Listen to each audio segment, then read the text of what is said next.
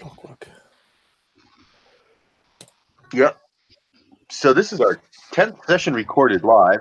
I don't know how many sessions we played up to this point, but it's got to be, I would say, around 36. Rough guess, maybe. Oh, no idea, to be honest. Yeah, it's got to be up there. It's got to be around the 36. But yeah, when we picked up the stream, you guys were, where were you? You were in the British Honduras. Now you've gone all the way to the dark side of the moon, down into a strange bunker. I'm going to come face to face with the Magoo. The Migo. I don't know how you say that. Mr. Magoo? Mr. Magoo. The Mr. Magoo. We'll just call him the Fungi of Yaga.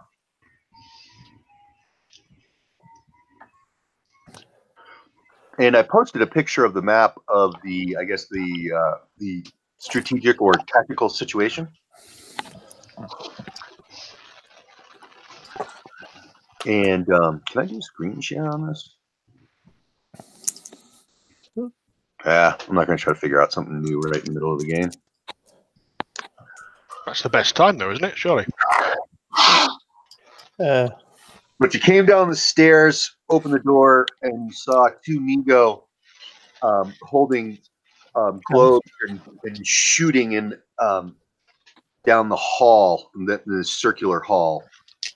That looks like it bends around and circles around.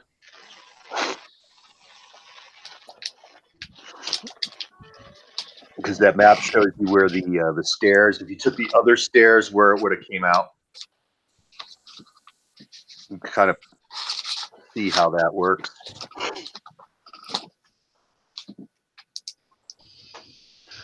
And of course, you can't see what they're shooting at, but they're going. They got the globes in their hands, and they warm up, and they give a crackle and a zap, zap. And then whatever they're shooting at, there is some return fire, and it is it is not gunfire. It is it's a spear, and it rattles off the wall and falls near them, but it's a miss. And then they shoot back again.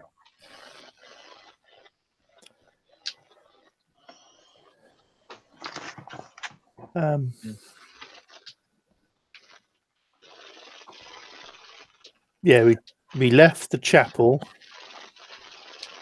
found out it was a kind of some strange hallucination thing. Mm-hmm. Ended up in this kind of bunker where we fought two snake-type gentlemen. Mm-hmm. And we've crept down these stairs into this dark tunnel and come up behind these strange creatures. Mm-hmm. And all the kind of, it's very like submarine-like here. All the doors are kind of like spin the wheel type things.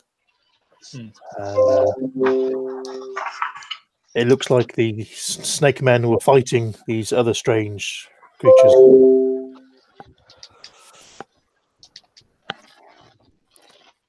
Why do you assume that? Because they were waiting for us in ambush, the snake men. And these guys are firing down the corridor. And they're different. Yeah, okay. Snake men didn't have spears, did they? No, they had like whips and vibro knives. So. Mm-hmm. Which it would not be considered primitive technology, but advanced technology. All right. So on the map, we're currently behind them, which is nice. We are flanking them, kind of. Yeah, but I think we're shooting. They're shooting towards the circular center, but southwards from you. So, yeah, you're on their flank. Yeah. If not, almost directly behind them. I was just wondering if the good doctor wanted to have a sneak around and see what they're actually shooting at. Because I don't want you shooting at them because you'll miss. Bless you. No, the doctor does not. The doctor's got half his leg missing. He does all the kill on his own. Yeah, creepy place.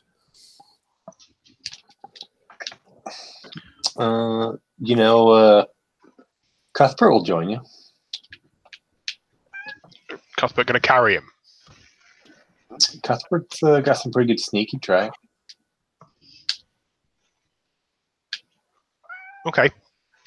Well, okay. So we want to basically see who they're shooting at before we start shooting at them.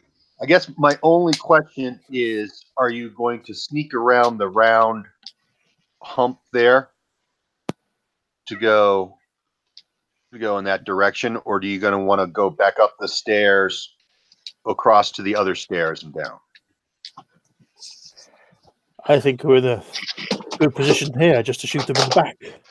Yeah, that was more my thinking too. Just take it straight at them. Yeah. Whatever they are, they're deviants. Deviants. The only question is, are we using the flower power things, or are we using proper guns? I'm only going to use the O2 guns, to be honest.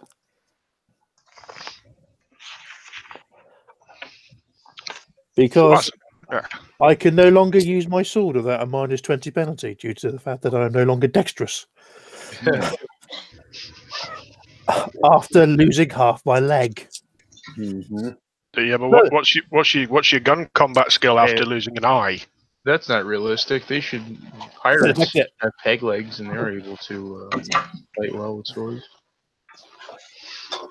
Well, he just recently took a vibro dagger carved out. And he's straight out of the Gamma World First Edition rulebook. 10 points of damage. You don't roll for it; it's just 10. Oh, so he took it right in the thigh, and he's missing a chunk of his leg. In fact, I remembered what I remind myself about. Oh, your healing roll. Yeah. Yeah. You can use healing as first aid if it's higher, but you do suffer the same penalty that you would applying first aid to yourself. That's the only thing I could find. Yeah, I couldn't. If you use healing as first aid, because first aid's got first aid's got a -10 if you do it yourself, but I couldn't find anything if there's a modifier for doing healing on yourself. But I'm guessing it would be. Only if you only apply that modifier if you're using healing as first aid. Oh, as opposed to first aid. From the reading of the rules, and as a Parsleyan physician, there's some other details. But it did not say that you would receive a penalty trying to downgrade a grave or serious wound, because it doesn't say that does not say there's a penalty by trying to do that ability on yourself. Yeah, which is strange. I don't know if that's an omission, because you thought healing is going to be more the surgery type. You thought it'd be more difficult to do to yourself than a plaster on your finger. But, the only thing I can see is that the healing takes more time than doing first aid. So to achieve those healing effects, it just looks like you need like 5 minutes, 6 minutes. So 1d4 like combat rounds or something ridiculous. Yeah. I will. Yeah. Are the others with us? Is Cuthbert and? Oh yeah, yeah. Okay. Yep. They came wandering in from their little sand picnic, find out what's been taking you guys so long, and they notice that you went through. Right. I'll leave them with Silas and then back off and start opening up my kit. Okay. Oh, thank God for that sanitary. I still have the negatives for the injury because I can't get rid of that, unfortunately. But I get up to 0 straight away, which I forgot, and then 1d6. So where is? Really, I can't find a d6. What? Don't raid your Monopoly game. I've got 2 active somewhere. 3. Hooray! Positive 3 hit points. Right, that's what I'm doing. Okay. You guys want to take your shots at the Migo? Sure.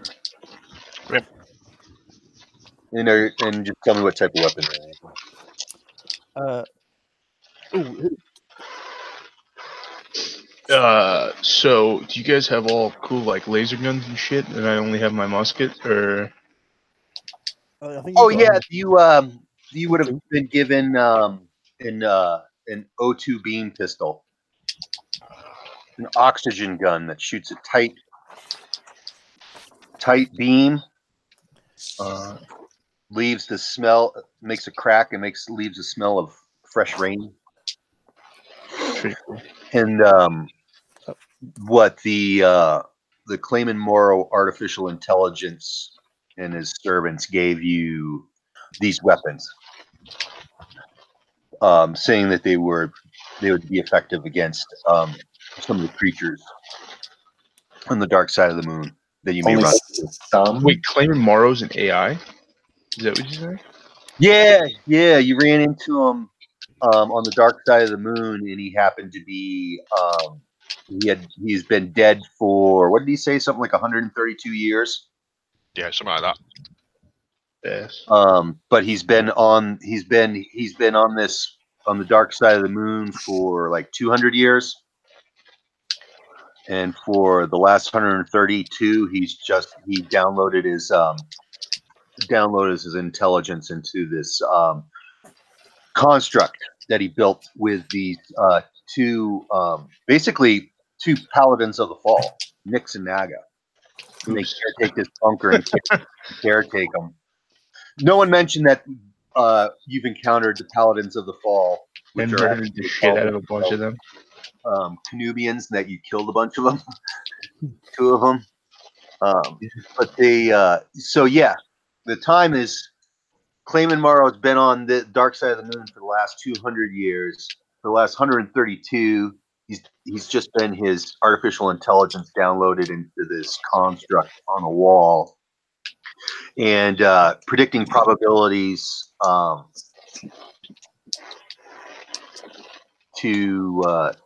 and he predicted your guys' arrival, and you've been sent to a bunker to get equipment in a vehicle to go confront the moon beasts and snatch what's his name, Malabench, from their grasp. Yeah. What was the last game you were in, Pete? We got under the pyramid and we fought that. After we killed the slave, betrayed us. Oh, wow, that back, Jesus. Okay. Yeah. You didn't go underground. Yeah, we did, but we fought the tentacle on the thing. But that was it, I think. Yeah, that was the city when before we got there, when Wilhelm got dragged off by the Kraken. So what's the stats on this pistol? I'll try. It does 1d6 damage. All right, solid. All-out attack with it doesn't suffer the penalty because it's a constant beam. So you're not like taking 2 shots; you're actually holding a beam on target. And I forgot the range. Does it make noise? 100 meters is the range. Okay, it goes zap. Nice. Well, I've got that. And it's a whitish beam that shoots out. It's in the chat. Yeah, there. Thank you for the map there, the strategic map. And can anyone recognize the map? I was just curious. No. Nope. Oh, good. It's from that one movie.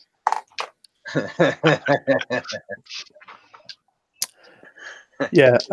Basically, we went to the city of Benderdolum, explored it a little bit, found a temple, went down a hole which the natives thought led to hell, or their version of hell. Went on, explored the underground, went through a kind of strange gate or entrance Ended up on a dark beach. You went through the caves of life. Yeah. Ended up on a beach. Had a crisis of faith. They summoned a black galley. Do you know the Dreamlands? The Men of Yes. Leng? Yeah. One of the slave galleys turns up with the Men of Leng on it. We got on the boat. We sailed around a little bit. Then we were attacked by pirates. There was another crisis of faith. And decided to join the pirates. Decided to join the pirates as opposed to the hideous moon beasts who climbed out of the hold. There's a big battle. The pirate captain's a woman, Maria Tres Pistolos. And her ship can fly. Yeah, flying ship. Pretty cool. We got badly damaged though. We sunk one of the galleys, and another one turned up. Plus, what do you call them again? Dirigible. Yeah. Which are full of moon beasts who bungee jumped down onto the decks. It's like grabbing people. We fought them off. Sunk one of the galleys. Then we gave. Did we destroy the dirigible, or did it leave? Was that what we? It left. It left. And then we followed one of the ships, or the dirigible. I can't remember now. She kept the heading that the ship was sailing in the direction of, and that the dirigible came from, and then was returning to. They were on that same heading. Because their ship still flew, didn't it? I think they kind of flew away. I think. Yeah, the dirigible flew, and the Nago Pace was too damaged to fly after it. Yep, to fly, and had to use sails. We headed off into the darkness. No one knew where they were going. We followed it. We landed on. I came across some land, and it was decided that we would go ashore to find spare parts to fix the ship. I think Wilhelm had a vision. There was a big floaty face in a dust storm. We went into some caves full of sort of fungus. Met the kind of Cayman Morrow sort of AI thing, and the strange palaces of the fall. He explained some stuff to us. Gave us these kind of beam pistols and said, Malabench is being held by the moon beasts. You'll probably need some better weaponry. There's an armory. I can tell you where the location is. We didn't really get a good location. We wandered off across because now we're on the Dreamlands moon now. Yep. So we got spacesuits or strange armored suits. We bounced around a bit. Came to this tower, which we thought it was the armory, but had been struck by basically a spaceship of some sort. There was a portal inside the Tower of the Gods or something. Spire of the Gods. Spire of the Gods. There's a big strange portal. After some messing around, we climbed it up and into the portal, which led us to this strange sort of overgrown garden / wilderness full of mechanical creatures and evil rivers. And then we came out of the garden, this vast garden, into like a marshland. There was like one single raised road, which we followed, and it ended up at a chapel full of weird stuff. There was a big pit in the chapel, which had a gong. We explored the underground for a bit, met a huge blobby monster, which we had to burn to death. And then I can't remember how we got. Then we left. Found out that the burning down of the beast dispelled the hologram. Yeah, the chapel and all the kind of garden thing was just fake. And now we find ourselves in this kind of weird bunker with basically snake men and Migo. Yep, because when you went up into the holodeck, once you dispelled the holodeck, you were able to get up to the next level, which was badly damaged, and find the card key that would get you through the door to the underground portion of the bunker. Yeah. So yeah, when the hologram faded, we were back in the pinnacle, weren't we? I think. Of And I've been making fun of the PCs for not asking the Clayman Morrow artificial intelligence basically any questions, and just said, "Sure, we'll go do this." And then when they get to the Spire of the God, they're like, "Well, what are we looking for? Where do we go?" I was like, "He just gave Here's a letter that he gave you. He slipped it into your back pocket. Well, you guys usually ask a lot of questions. I thought it was surprising that you just like, all right, we're out. We'll come back with the stuff. We learn not to ask questions after the crisis of faith. After the word Malabench is spoken, it's just, yep, we'll do it. Mm-hmm. So we've got spacesuits on, but they don't give us any armor buffs, and we got the new spangly O2 guns, which, when fired onto a flame, do more damage. Oh, that's right. Yeah. Did you? Yeah. Incendiary grenades. He's recommending that you find incendiary grenades because the beam pistols will also fan flames as well as cause damage. Find some O2 rifles because they do more damage than the pistols. And a vehicle that's suitable for approaching the moon beasts. Like a horse and buggy? No, like something that flies. Hammers, slammers. Yeah, that'd be good. AirTag. Because Clayman Morrow has been impersonating a sorcerer on the dark side of the moon that he killed 200 years ago in anticipation of what the moon beasts were going to do. And the O2 beam pistols have 36 shots. Mm-hmm. So go mad. Yep. Got loads of ammo. And now we're in a dark tunnel facing these Migo. Yep. So they don't see you yet, so you can shoot. You get around. Yeah, let's fucking let loose. Yeah. Should we do that on the count of three? All three of us open fire.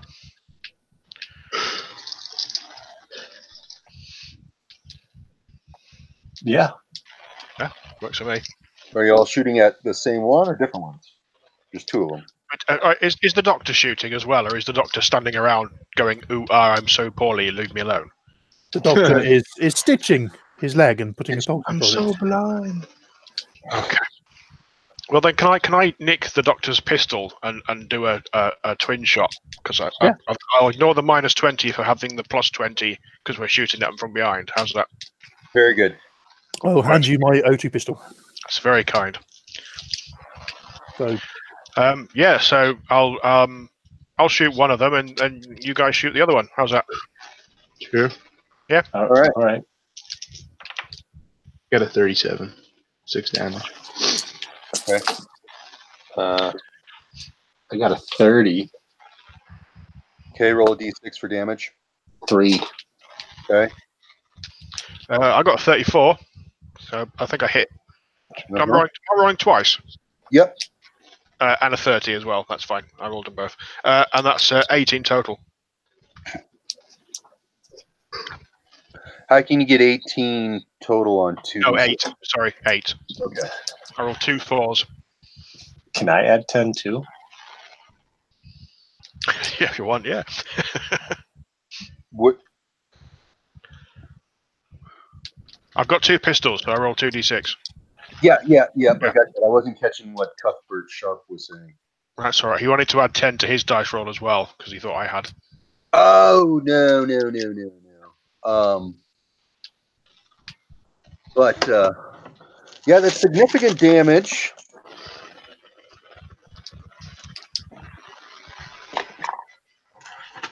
One of them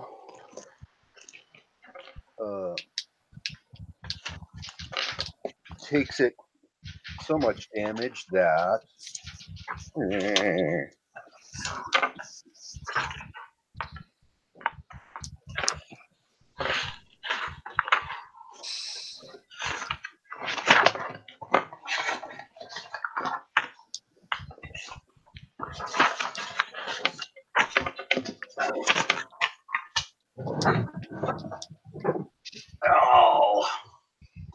but you blow off a couple of its nippers. Nice. And badly damage its little flappy wings, and it hits the ground and is wriggling. And the one that Silas lit up turns to you all, and now it's time to declare dexterity ranks. This guy's dexterity is 20, so he's going to go first.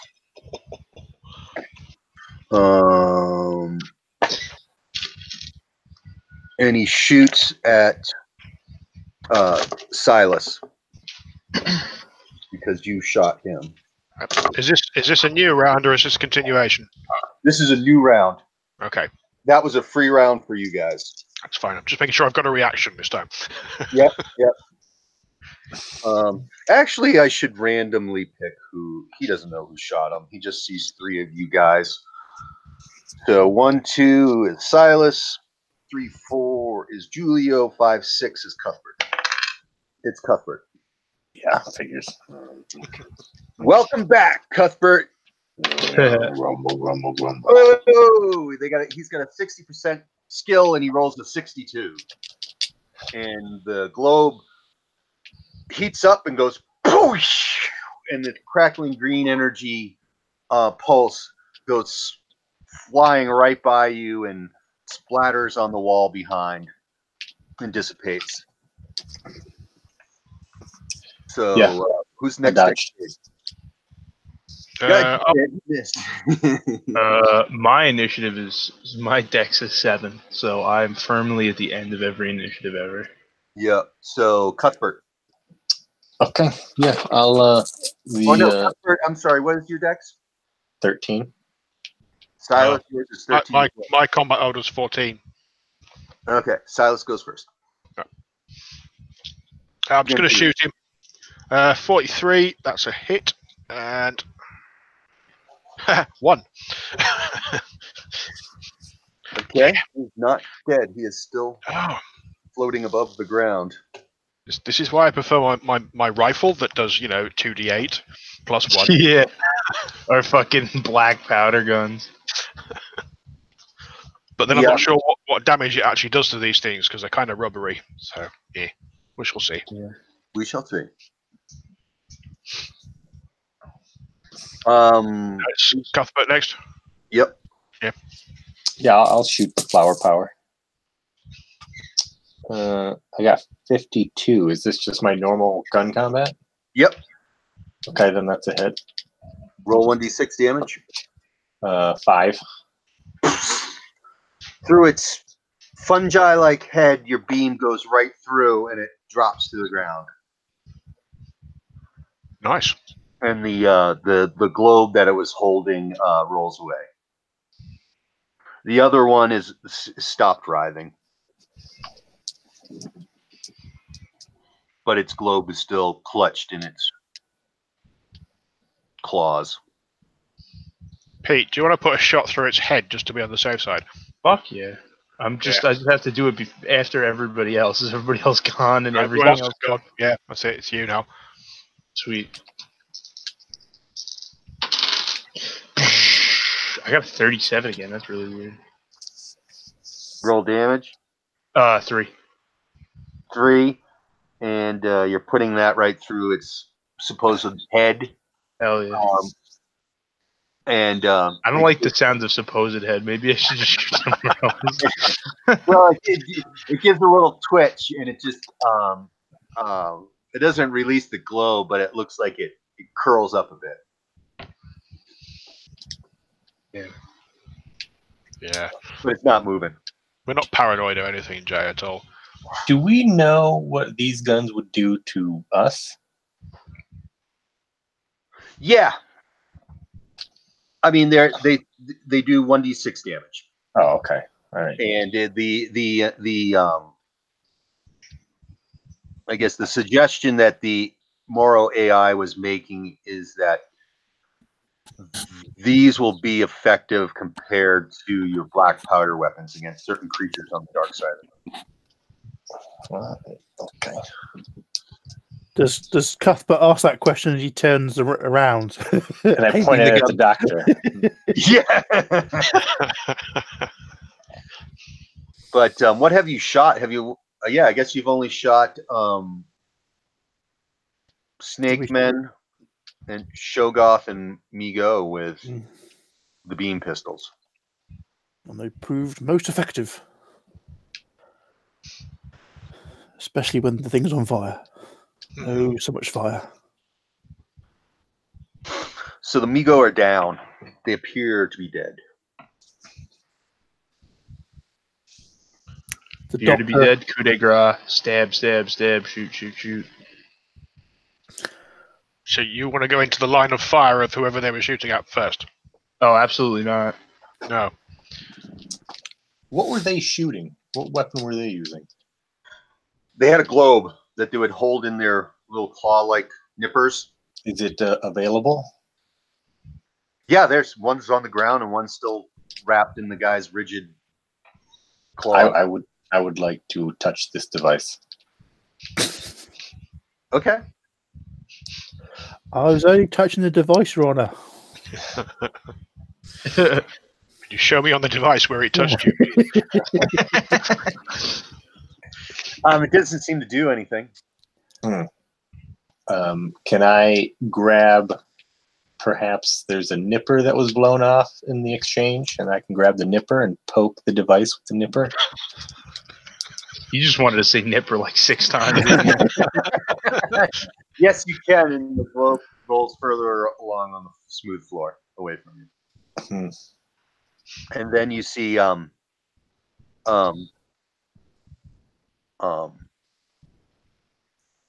death approach.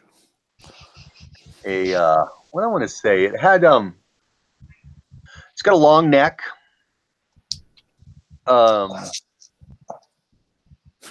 And you can see humanoid shoulders, and its arms, and it's poking its long neck and its humanoid face out from an open doorway in that circular center, and from the direction where the ego were shooting at, and says something in a language that you don't understand. Can I roll the orb towards it and then shoot the orb? Yeah.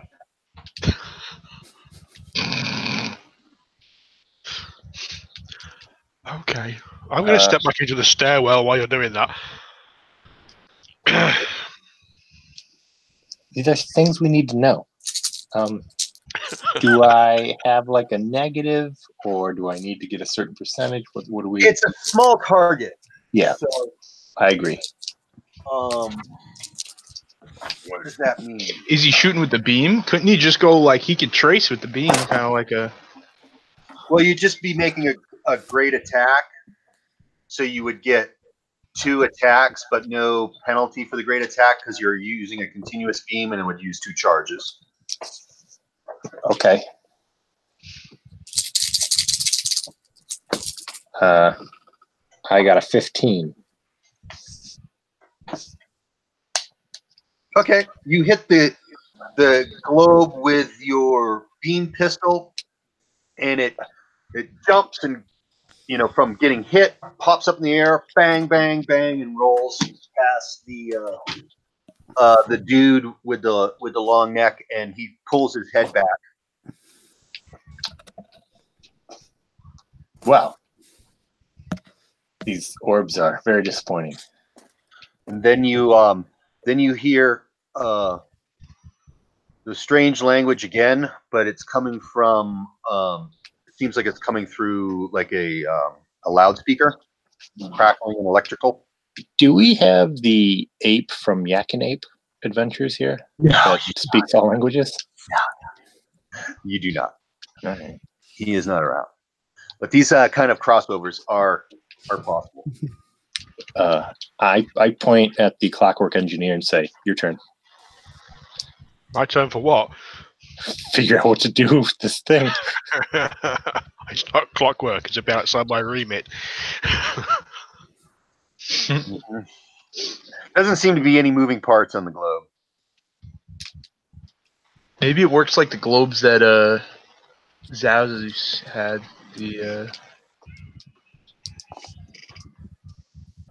Those like weird tentacle globes.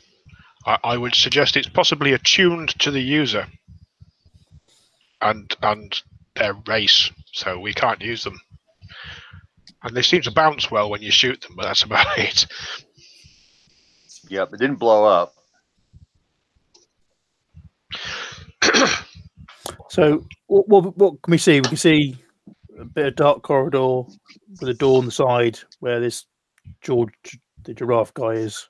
Yep, and right where the bodies of the Migo are is they're not actually doors. It's just an opening into a room in the center central circle. So there's an opening where the Migo were standing. There's that open passageway. They're all tubular. What's that? Going to the east. Okay. And then you can see that the passageway circles around. You're pretty sure that the whole thing circles around. So in a sort of donut with some corridors going off. With some open doorways to rooms in the center in the donut hole. And there's the door right near where the Migo are, and then about another 3 meters. Another 3 meters down along the interior of the donut hole is the opening where the humanoid stuck his head out and said something in a language you didn't understand. And then after he ducked his head back in, then you hear that language again, but this time it seems to be coming through like a crackly voice box thing. Yep. Well, we have to kill it. It's another demon.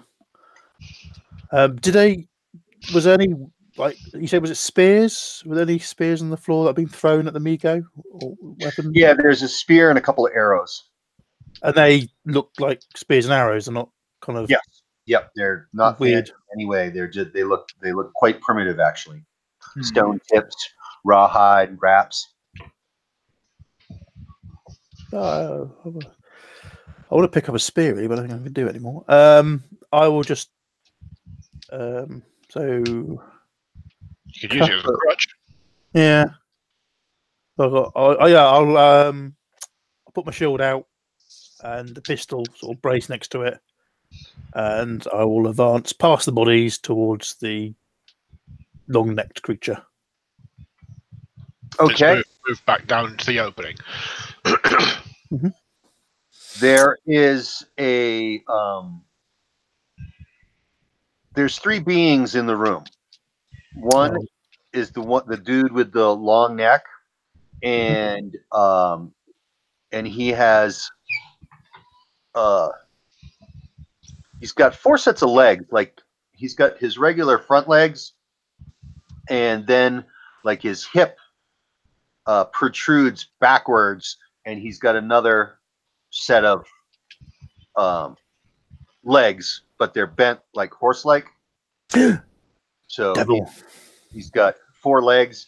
He's just holding his looks like he's grabbed a mirror, stainless steel mirror off the wall, and he's holding it down like in front of him, and he's got his spear, and behind him you can see that there is an obviously injured creature just like him, and there's a bat-like being holding his wings over it protectively, his injured companion. And they're in a tunnel section, are they? No, they're in the room. It looks like it's a restroom. It looks like some fancy loo. And the bat-like creature has a hood on. You can see his little snout, and he's got like a Paladin of the Fall voice box on it, and he's speaking through it in a language that you don't understand. All I can see is demons and devilry. I agree. Cuthbert, there's 3 creatures in this room. Are you prepared to risk your Granado? Yeah, I guess. Murdering. Then the voice box creature, after you speak, it's like the first time you encountered the Paladins of the Fall. The strange language quickly forms into words that you can understand, and it's begging you, please, we mean you no harm. Our friend is injured. We will. They're asking for God's grace. Let's give it to them.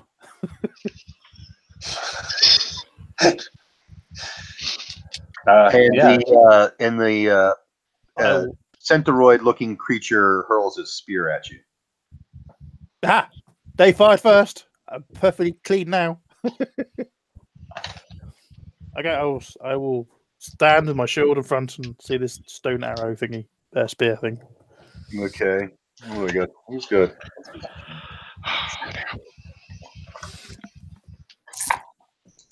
No, can't. I know these are probably helpful alien monsters, but they're monsters. Yeah, nonetheless. Well, it's totally okay to, make friends with the thousands-of-year-old AI, but we draw the line. We draw the line in animal people. Yeah, he messes with his spear, and the bat-like creature goes, Denethix, please. Too late. Stand down. We need help. Probably shouldn't kill him. You should just I'll shoot them in the face. Okay. All right. Gun combat. They could help us kill these things. Have they killed any of these? Let's at least parlay with them before we murder them, Doctor. Too late. Shot them. 6 points of damage to the bat thing with the voice box. He's being covered by the Centaroid in front of him with the stainless steel mirror that he's using as a shield. Okay, I'll hit him then. Okay.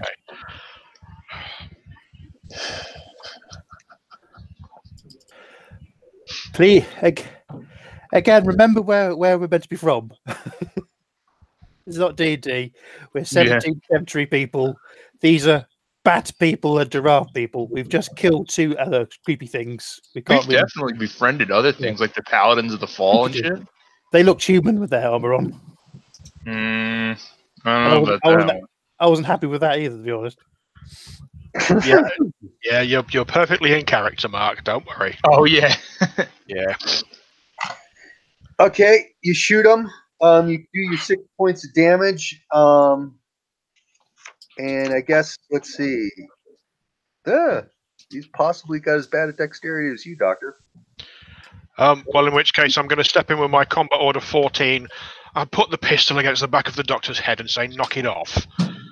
I don't like doing this, but this is Why are you doing? I'm not because I'm not from round your parts. I'm from round these parts. Yeah, but you may not be religious. But do you have bat things and giraffe things? We have weird shit down there. Why did you shoot the Migo?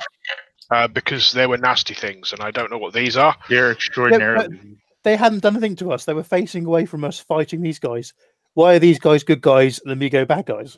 I'm not saying they are good guys, and they could be bad guys and bad guys, but you're giving these guys a chance, and you're putting a gun to my head. I'm stood behind you, and they're already reacted to your aggression. So no, I said God, give them God's mercy, and they threw a spear at me. But yes, you said God's mercy. That means killing them. How do these creatures know it? Because they're paladins of the fall. They've just, worked that one out. How do you know that? I don't, but you do. No, you don't know that, but you're still going to shoot me. I didn't say I was going to shoot you. You put a gun to my head. That doesn't mean I pulled the trigger. Yes. But at the same time, the Centaroid has a brawl grapple skill of 23. I rolled an 8, and so it comes running forward on its 4 legs with its stainless steel mirror and bashes into the doctor while you guys are arguing.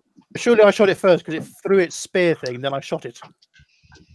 Yeah, and then Silas just stepped charged you. in and is arguing with you, and the Centauroid takes Oh, the so, opportunity. so I still hit it. I still hit it with the beam weapon then. Yes, Yeah, you did. again, I recorded the damage. Thank you. Yeah, it was enraged by That's fine. being hit, and so it tries to run you over using the stainless steel mirror as a battering ram. So you take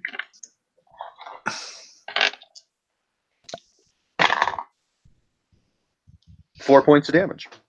I dodge? You may try to dodge, yes. With, I think I adjusted all. 24, I dodge. Okay. Silas gets hit. I'm also going to try and dodge, funnily enough.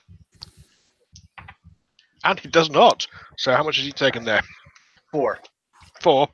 Yep. See, I told you they're You evil. laid flat, and the How do bat these, creature is pleading with Denethix to stop. How do these pistols like fare against this mirror? Do they just bounce off? You don't know. You want to find out? I was thinking that we shoot the mirror with a flintlock, and that'll shatter it good. Yeah, I'll do that. I'm gonna try to shoot like the center of the mirror.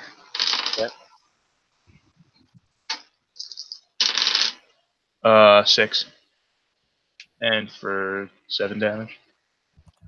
Okay, it's stainless steel, so the bullet goes through it, leaving a hole.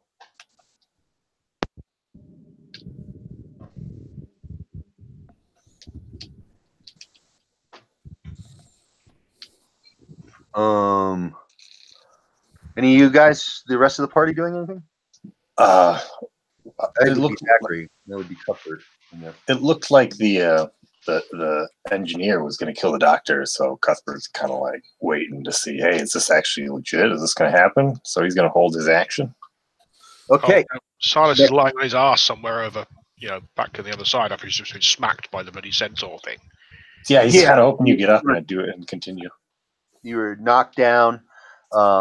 It turned with the shield towards Cuthbert, and Julio cracked off a black powder weapon, hitting the shield, and it mirror shield and went right through it, penetrated it, but it didn't shatter. But I guess it deflected the trajectory of the lead shot and didn't hit the Centauroid holding it. So it's the next round, and I think Silas, it's your turn. I'm stepping away from this. It's I'm going to start moving back towards the doorway, the stairwell. Sorry, Okay. my dog's jumping at me. Mm-hmm. And the Centauroid that's standing in the hall says,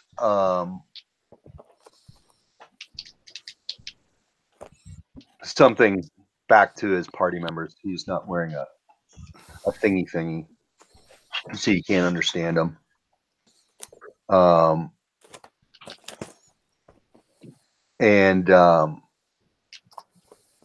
I guess rears up and wants to kick the doctor in the head. Okay, cookie. My only reasoning for it didn't we meet centaur or satyr men before we in order to get here? The closest we've come across is the llama type creatures that were ridden by the paladin of the Fallen Islands. Well, no, because you said the men from what is it? The Dreamlands, those sailors. Yeah, they got satyr like legs, but yeah, they're kind of like satyrs. That's pretty demonic. And we tried to kill them as well. Oh, nice. after some much discussion where the Frenchman was going to join them, but and they haven't got long legs. Leave it to the French. He rolled a 14. His brawl is 23. I rolled a 14. You're gonna have to find two dodge. I will dodge. Oh, dodge again. Oh no dodge. So it rears up on its hind legs and hits you with its 2 forelegs for 4 points of damage. So that's 1 point. Down to 2.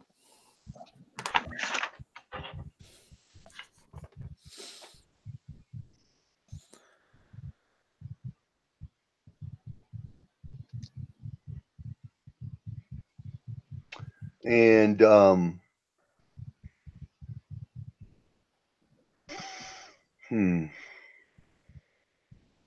Cuthbert, prime the Granado. Kill them now. Aren't you really close to them? Don't care. Then I have a giraffe meat shield.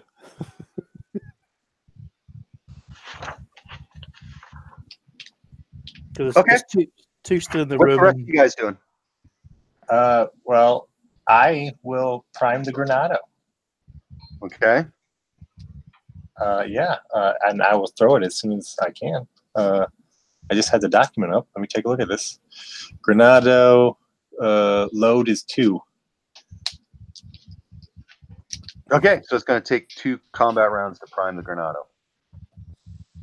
Could put the cord in, light the cord, blow on it a bit, and then roll it down. Throw it into the room.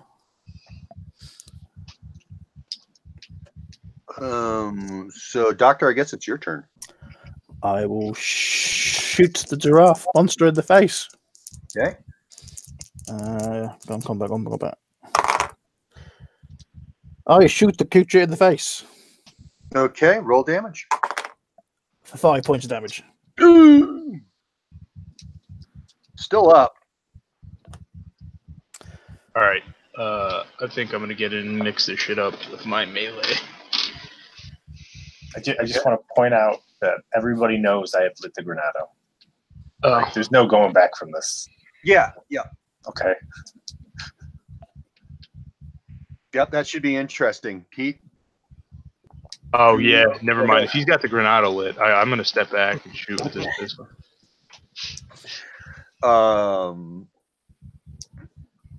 Then it's another round of combat. Yeah. I'm at the bottom of the initiative, so I can. Denethix the Centauroid has a dexterity of 7. The Doctor, what's your dexterity at this point? 5. 5. Oh wow! All right. So, Denethix the Centauroid and Julio are simultaneous. The Centauroid is going to continue to try to stomp you. I got a 63 pass, and I did 2 damage. I got a 35, which is a miss. And your shot drops it. Thank you, my Italian friend. I'll just keep the other 2 in the room, and then... They don't seem to be there. What?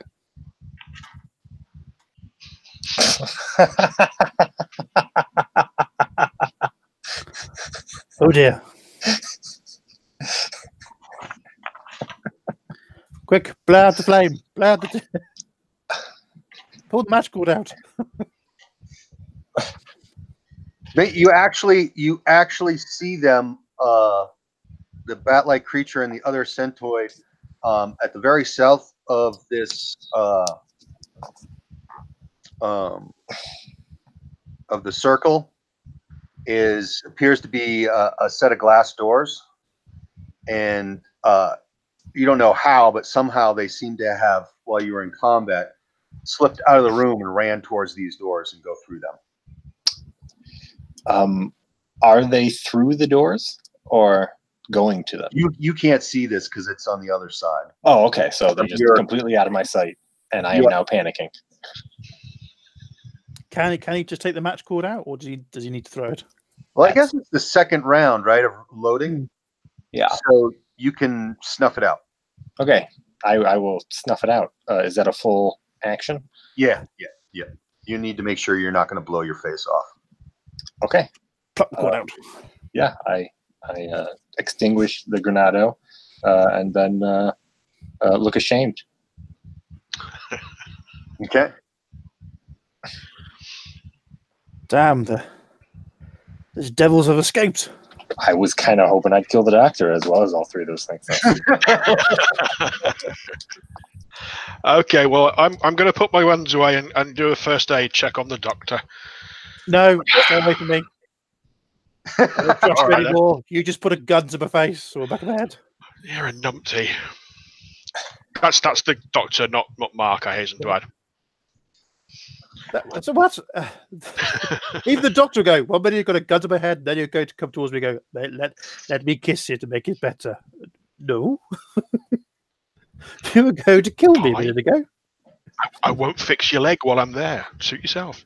I'm fine. That nice back brace I made you and everything. Dear me. Oh yeah, is that still there?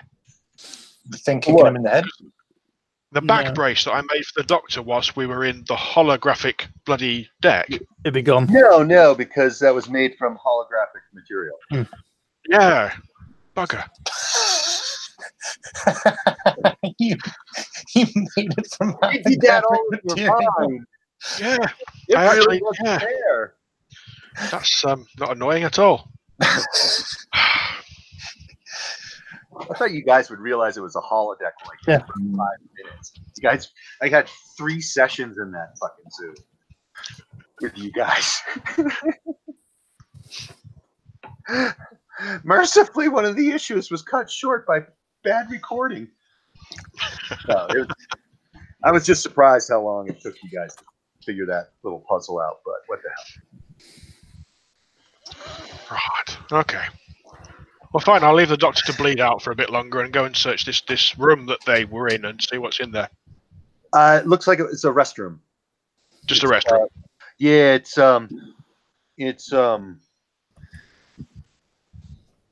it's squared off inside, but it only goes like 4 meters by 3 meters.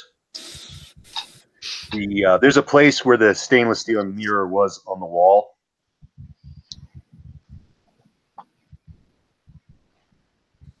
And you guys are all using flashlights for illumination, by the way. Oh yeah, I've got flashlights. Okay. Sweet. They call them an electric torch. Imagine that.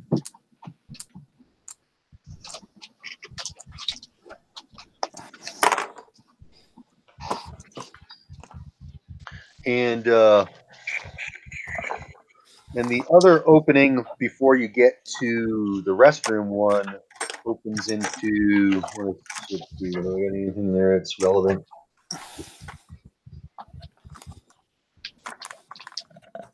No, it's like half dozen comfortable plastic chairs. There's a blank screen on the wall in that room. Oh, good. Got another injury, says. Oh no, not another blank screen. I will do first aid to myself. Now I've got another injury. 6, 2. Actually, I'm actually better off getting this injury.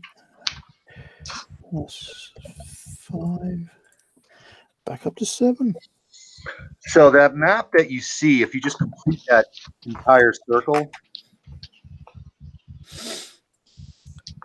there is a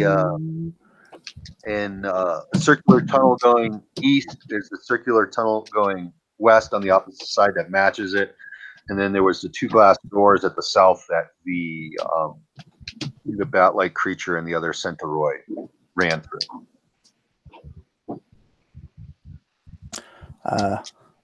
I will turn to the others and go, what in God's name was all that about? We're here to get weaponry, not interact with these demon spawn.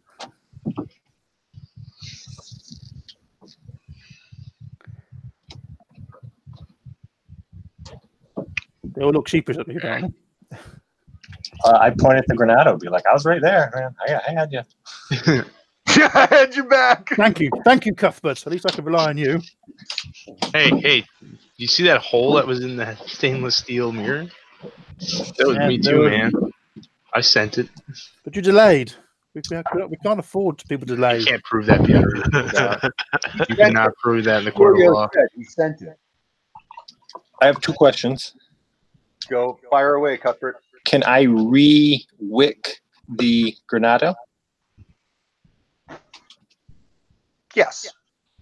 And can my gun fit through the hole that's in the shield? Yes. Okay, can I carry the shield around with my gun in the hole? It's really heavy. Oh. Can Julio carry the shield around with my gun in the hole? No. And the Centauroid reeled it around like it was a paper plate. Well, they have devil strength. Must be. I, for one, am glad they're dead.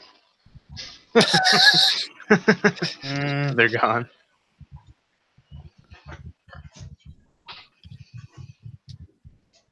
So are we going to pursue them, or I don't know. Do we see anything that seems to point to an armory? Pictures of weapons, or well, if they can talk to us, that means we can ask them where weapons are and then kill them afterwards.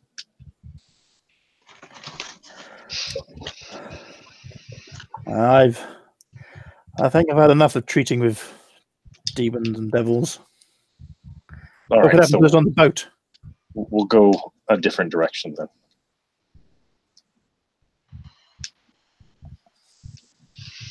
Which other directions are there from here?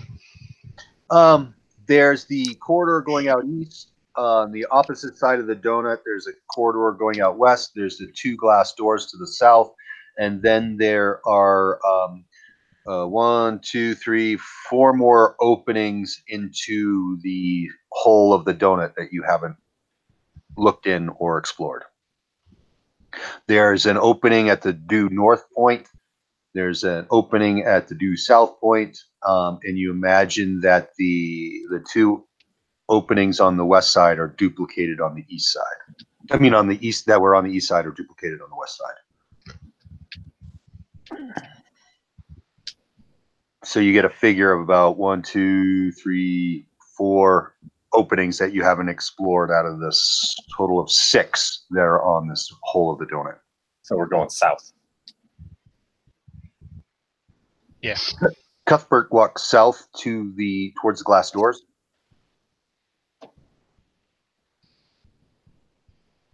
Did anybody actually see them go in these glass doors? Because Cuthbert didn't, but who did out of the group? The doctor. Just the doctor. Okay. Yep, he turned to confront the rest that were in the restroom. He was shocked and surprised to see that they weren't inside that room, and then them running towards the glass doors catches his attention as he sees them go through the glass doors. Has the doctor said anything about the south door? Well, you guys now are standing close enough that you can see it. Oh, okay. Yeah, because you that you have right now, you can look directly to the east. That circular tunnel goes 6 meters, and then appears to open up into a larger room with some counters, and then the glass doors are due south in the circular passageway in the donut, and open, like I said, from where you guys are all spread out and seeing, you can see that there's an opening into the donut at the north and at the south of it, opposite the southern glass doors. Glass doors, that sounds cool.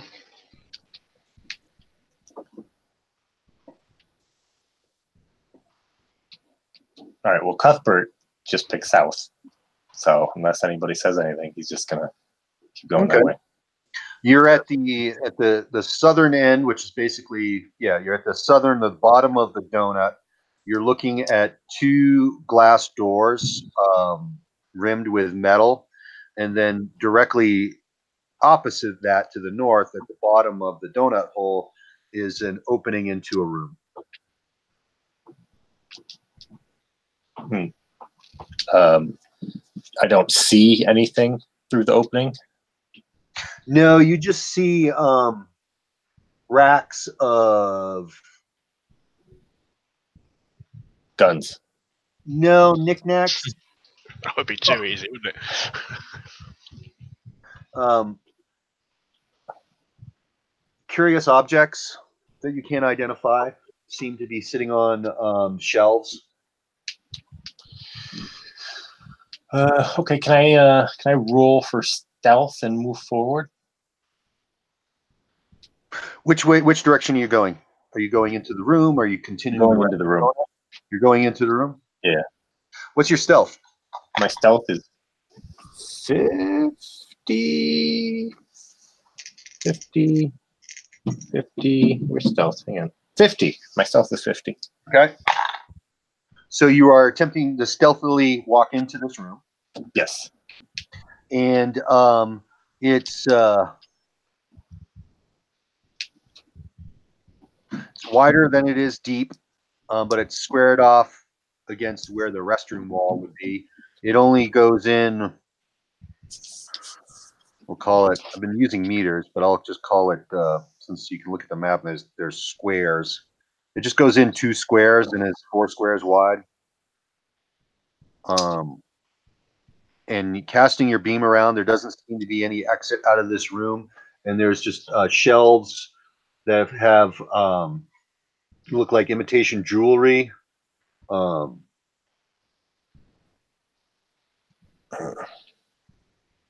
Piles of flaky dust.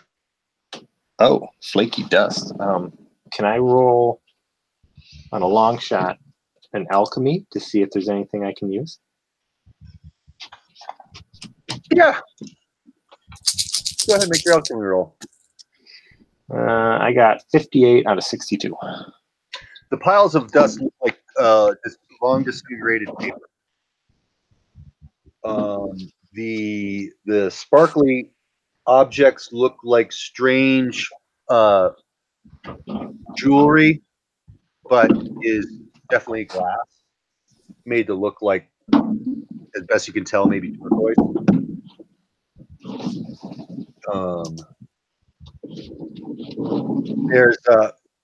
There's some things wrapped in some type of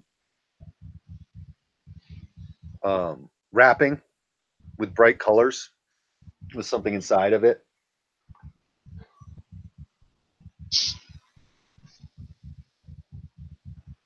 And then there looks like there's some type of adding machine. Well, I'll take the wrapping. The wrapping is the wrapping of something in a small package. It's a small wrap package. Yeah, I'm going to take that and investigate that further. Are you going to unseal it? Absolutely. Okay. It peels open, and it seems to be long, stale, rotten, dried up chocolate. All right, well, I'm done with this room. The nougat center. That was a big disappointment. I will return to the others, tell them what was in that room, and then say, I think south is a bust. That's where the doors are, isn't it, south? Yeah, the glass doors that the other creatures went through.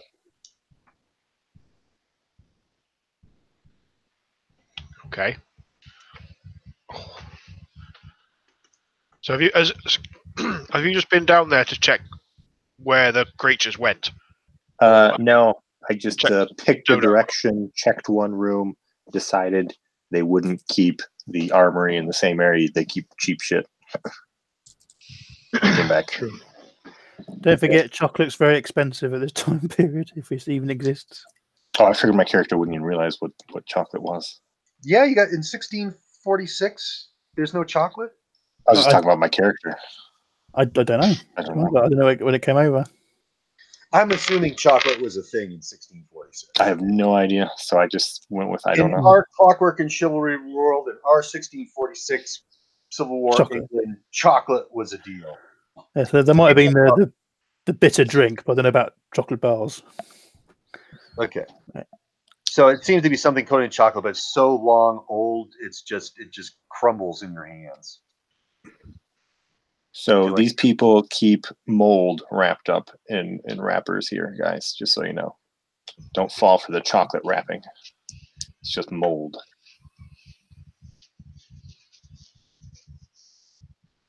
All right, well, let's go check out the glass doors then.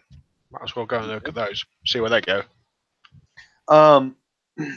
Well, being glass, you can shine your flashlight through it, and it looks like there's 2 sets of stairs, one for each glass door that go down into step down into some large chamber.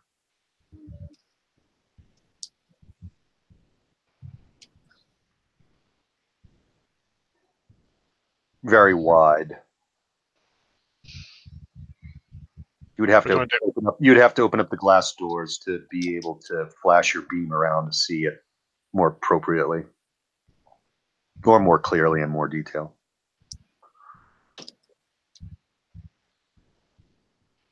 Any takers? No. Sure. Do you want to go one side and I'll take the other? Yeah, cool. Yep. Okay. You each open a glass door. They are metal steps that go down a level to this open hall. It's just maybe a little wider than the donut from east to west. And from the top of the stairs, it's 1, 2, 3, 4, 5 squares deep that end in 2 metal doors. There's 3 raised platforms, not very high, off the ground, about this much on each side of the stairs going down. And on the east and west side of this chamber, there are 2 other doors.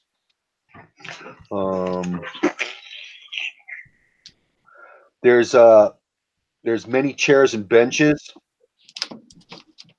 and there's 6, and there's a total of 6 of those half-meter high circular platforms.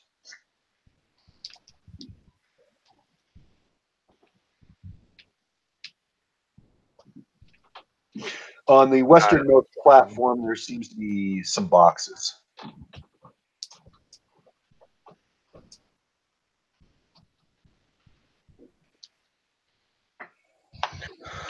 So there's a total of 4 or 5 exits out of this room.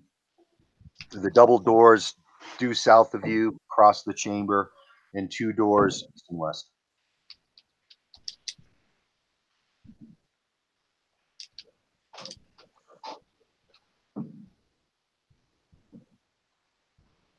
And the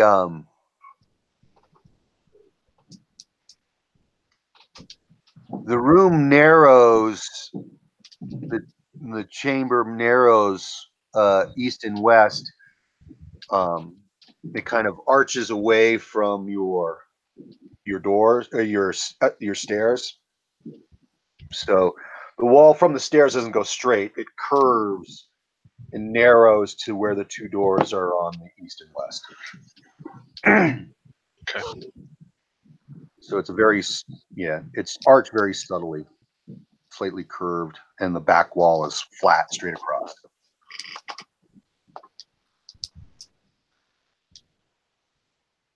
Our flashlights can show the room. We can see everything in the room. Yeah. Right. Yep.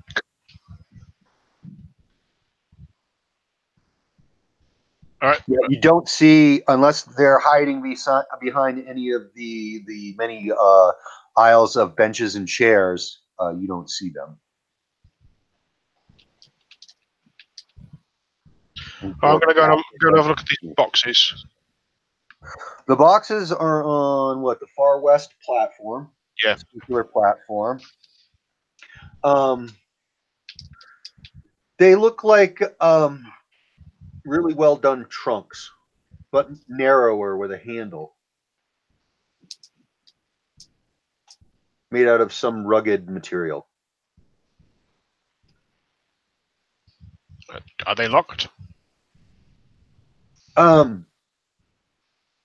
The latches are really easy, even if they're not locked. Even if they are locked, the force open. All right. Well, that's what I'm doing. I don't know about the rest of you. Yeah, I mean, I'll follow. Why not? Follow the leader. Okay. Blind leading the blind. Okay. Essentially.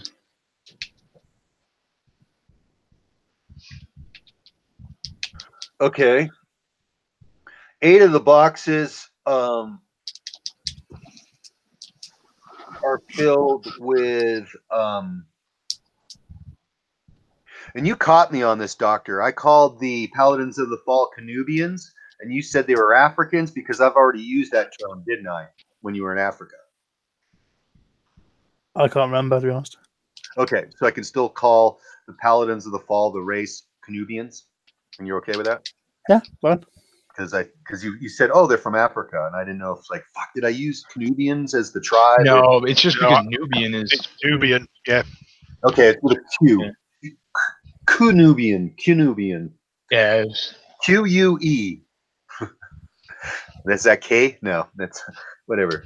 Q, like a cue ball. I guess CUE. Canubians. But it looks like deteriorated Canubian clothing. The 9th suitcase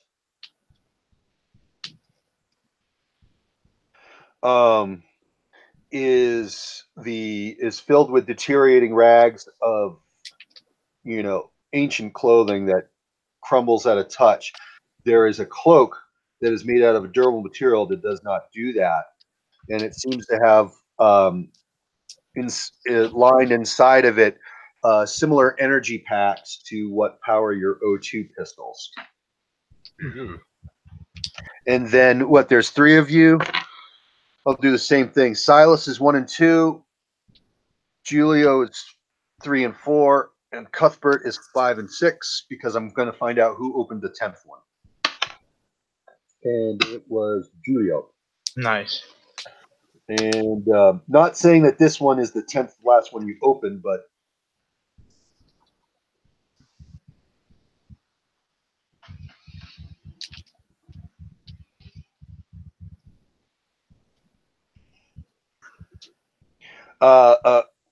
when you force it open, it releases a 3-meter diameter cloud of gas. And so all 3 of you guys are stunned. Yeah. So this stuff just penetrates our spacesuits, does it? Oh, that's right. You got your environmental suits, you fuckers. No, it does not. No, it does not. You're included in a bunch of gas, and you're like, wow, really glad we're wearing these environmental suits. Protect us from the harsh Carcosan, dark Carcosan. Spilled my beans. Just a little bit there, Jay. Just a little bit. Dark side of the moon. Yes, I'm using a Carcosa as my model for the Dream World Dark Side of the Moon. I don't have it. You're fine. It's all right. Okay. But I've added all sorts of shit in. How is the doctor's suit holding up? Not very well. It's got some tears in it, especially around the leg.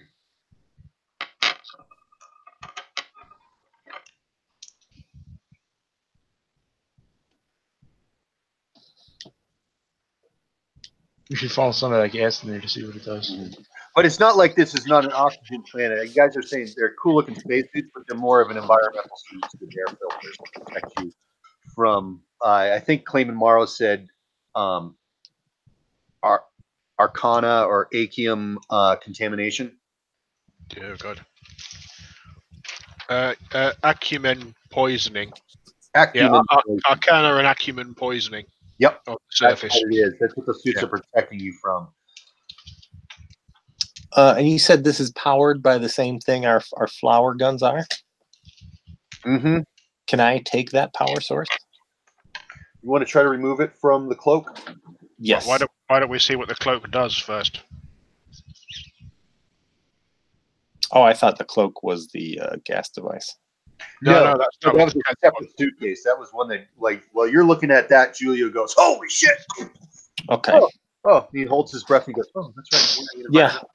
I'm good." I provoke the Clockwork Engineer to touch the cloak. And how is he doing that exactly? Yes, he's holding it up at you. Hey, can you hold this for a second?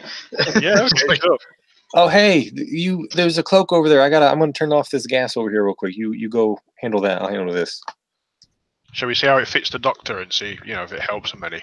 The doctor is staying at the back. Staying well I away from that actually room. didn't hear you, Doctor, if you followed them through the glass doors. I followed him through the glass doors, but I'm at the back. Okay. You're kind of poking. I imagine you're more examining the different aisles of chairs to see if those little monsters are trying to hide from your wrath. I'm sitting on a chair. Waiting to dispense wrath. Got it. I've got a bad leg. Yep. So Fine, Silas will put the cloak on then. We'll see what happens. I touched the orb. It does.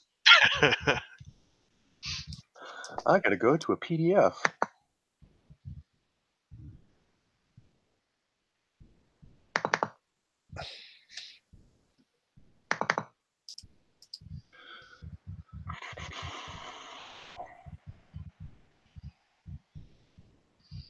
As I plunge back into the Gamer World First Edition rulebook.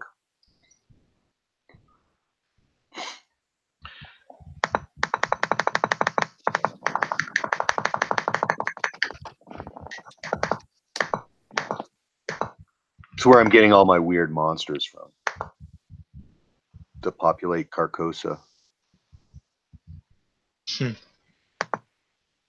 I need weird monsters.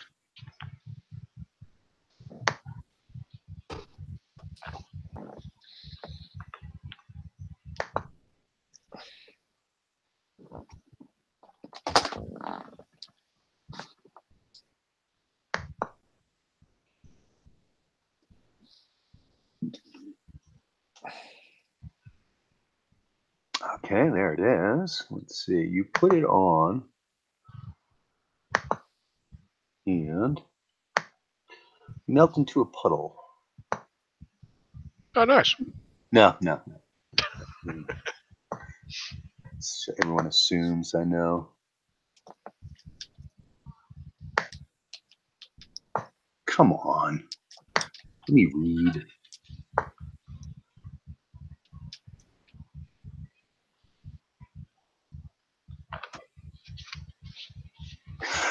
You are ablaze in scintillating colors. You light up the room. Yeah, but I do that without the cloak on, so that's not very clear what it does.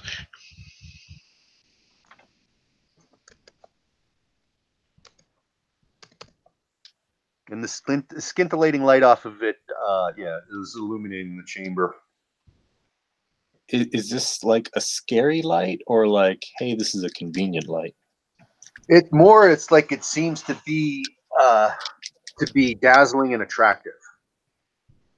Oh. So Yeah, like Michael Jackson? That doesn't make much difference to Silas because that's kind of what he is anyway, But But yeah, more of like a Michael Jackson thing.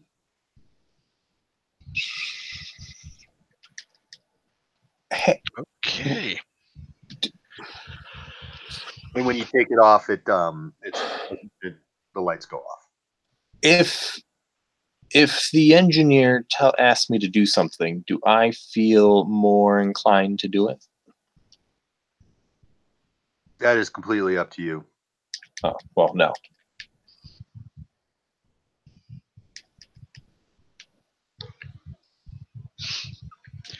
Right. So this probably does something really, really quite cool. It just doesn't look like it does. I don't know about that. Maybe it doesn't. On the other hand. All right. Well, you can keep the cloak, and we'll progress on. If anybody starts calling me Joseph, I will get really annoyed.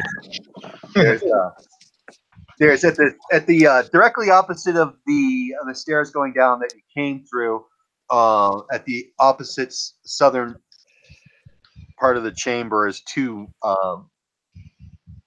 I said metal, but they're actually similar glass doors. And then on the east and west walls, there are two normal doors leading out.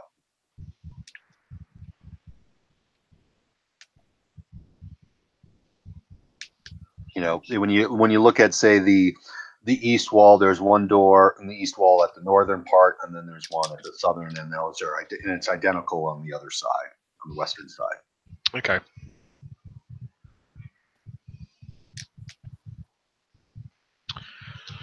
So, Doctor, which way do you think the heathens have gone? I have no idea.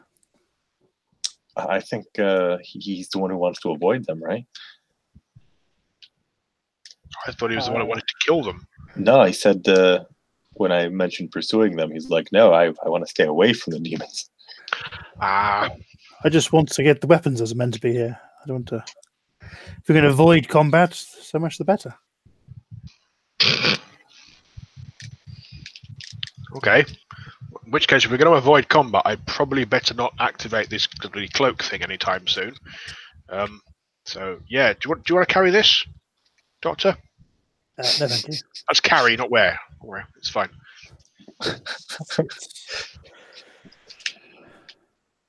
No, I'm all right, thank you. Okay. Does anybody else want to carry the cloak? Because no, I'm good with you having it. Well, in which case, Silas is just going to leave it here. Did you want to take the power packs out? Yeah, I'll take the power pack, yeah. Yeah. Okay. They're easily detached. Is there 4, did you say? 2. 2? Right. Okay. Spares then.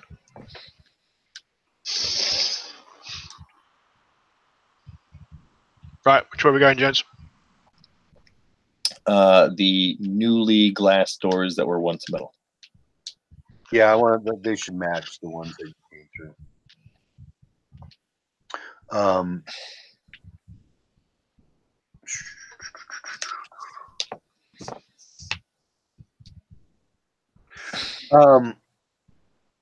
The glass doors open on an underground tunnel that's arching east and west.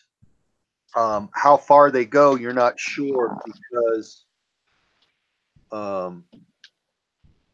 the roof has collapsed and has closed off the passages.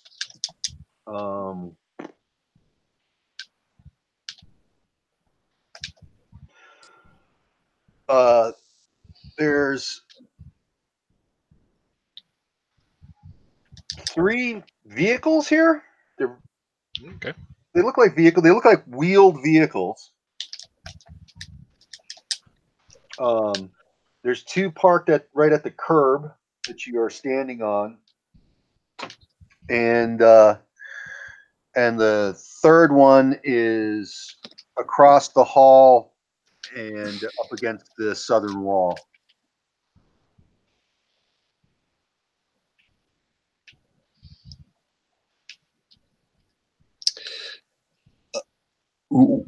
We are aware that they're vehicles? Yeah, they're just in. Yeah, they look like a horseless carriage. Oh. But very, very strange looking. You see that they have wheels on them, and the chassis is metal. One's red, one's blue, one's gray. They've got glass windows. I'll get the gray one. Even though it's very, very foreign looking to you. Yes, I will approach the gray. The gray one is the bigger one against the southern wall. The width of this chamber is 4 squares, and it goes in a gentle arch away from the doors that you just came through. And it's obvious that they would have continued, but they have been collapsed and they're filled with rubble and blocked. So as you approach the gray vehicle, you can tell it has a trunk, or as known in England, a boot. And the trunk is unlocked and open. What's in it?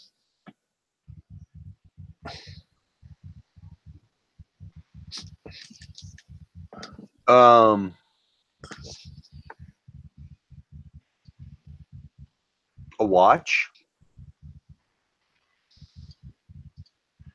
I mean, it appears to be a timekeeping device. The symbols on the face of it you don't recognize. Well, I'm just going to ignore that and just push that aside.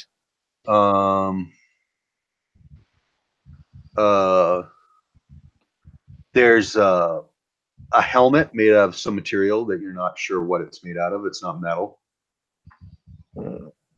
This piques my alchemical intrigue. I will put the helmet on. Okay, it's got some soft padding on the inside. Has a grill in front for your face. Great. I have a helmet.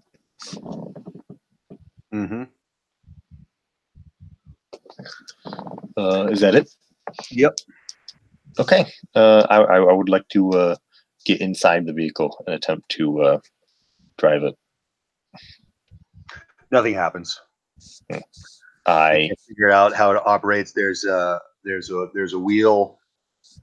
There's some pedals and knobs, but nothing seems to make it. I look for a whip to like whip invisible horses with, or I like whistle. I say giddy up. Looking all through that, it's not an O2 beam pistol, but it's definitely a pistol. You don't know what it does. Well, I will attempt to use it then. How? Like, where are you going to shoot? You're sitting in a car. You're going to get out of the car. You're going to shoot it inside the car. Well, I'm inside. Oh, I thought it was like a carriage. I thought I was like sitting on top. Oh no, you had to open a door to. Okay, then yes, I'll get out and I will shoot whatever the ceiling is. Okay, it makes a circular cone beam, goes woo woo woo woo woo, and hits the ceiling, and nothing happens.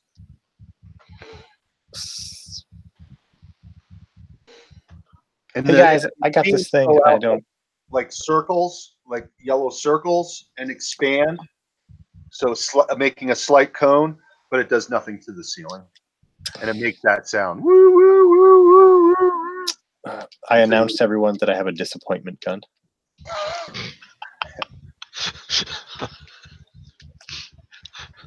And if I mean, the state of these vehicles, and they don't really fit the description of an impressive vehicle enough that the sorcerer Hanandor would use to approach the Temple of the Moon Beasts. And can I shoot the vehicle with the new gun? Yep, and nothing happens. It just does that same woo, woo, woo, and the beams when they hit just dissipate. All right, well, circular. I tossed the gun aside. I wouldn't give a shit about it. What Clayman Morrow was talking about as far as a vehicle was more like something as impressive as, said, like the head of Zardoz. Ever seen that movie Zardoz with Sean Connery? No. It begins with like this floating head, stone head. It's got Sean Connery in it? Oh yeah. It's a science fiction movie. None of you guys have seen it? I haven't seen it. I know what I'm going to Google. And then the head speaks when it gets over the tribe that Sean Connery is part of. Says the penis is evil and guns are good, and it spews out a bunch of rifles. Have you ever seen a picture of Sean Connery wearing a pair of red diapers? Yeah. Are you guys joking? Are you? No. Look it up, dude. Look it up. You got Google? It's a really weird film. It's the best, worst late 70s sci-fi movie I've ever seen. He goes back to the rich, kind of advanced humans and just shags everybody stupid, apparently. Yep. Okay. Yeah. Place down, I imagine. I can't remember that part. Yeah. I just remember the floating head. That was the coolest thing about the movie. They go to the library and find out why it's called. Yeah. I toss the gun aside. I go to the nearest doors and look for a movie theater. There's no doors out of this room. The other doors are is just back the way you came. There doesn't appear to be any exit out of this area. Yeah. Cuthbert's done with this room. He's out. Okay. So are you telling us that you found all these things in there? Then? Or Oh, I thought you guys were in the room with me. Okay. If we're in the room with you, then Silas is wandering over, picking up the bloody gun, and wandering back out again with you. Okay.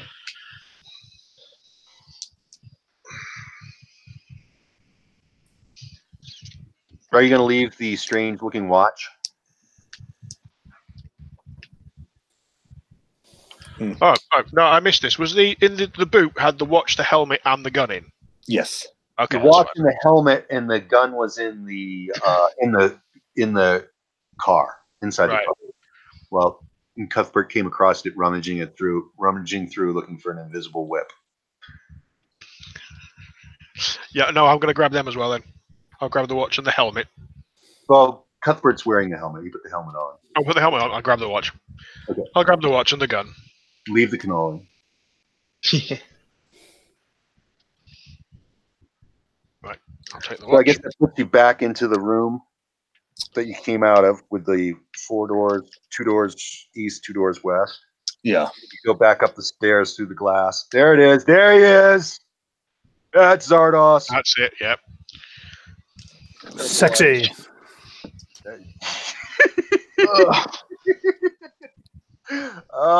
Just imagine waking up to that in the morning. Holy shit! But the flying just head leave was that. that's Just cool. leave that in this end of the screen. Where was I drinking? Where did I run into you?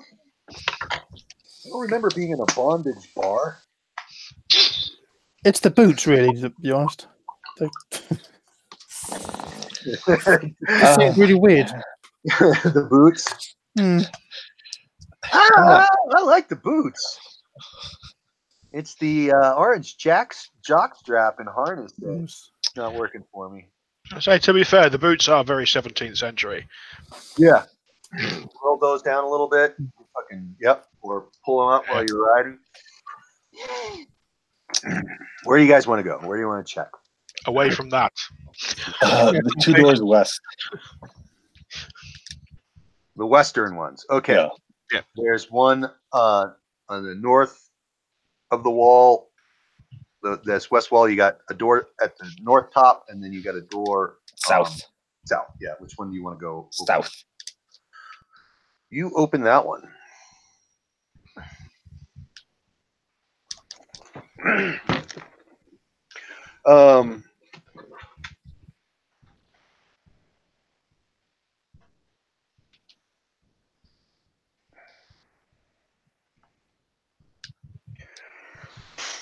It looks similar to a restroom.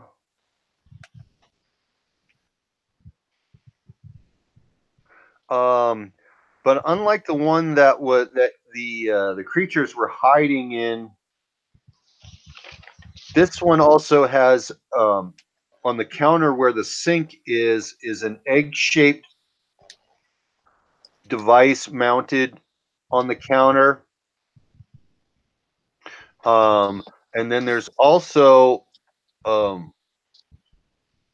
lighted tube giving off this purplish glow on the counter as well. I'll touch the tube.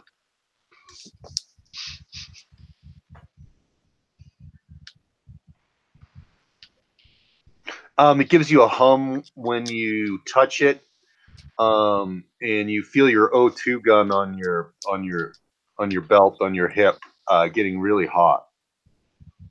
Oh.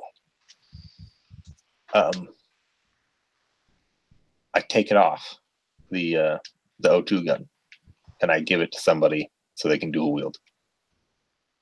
Okay. You're going to keep on touching the tube? Yes. Nothing seems to happen. Okay, well, I'm going to keep it. The tube? Yeah. You would have to try to get it off the wall. It's firmly mounted.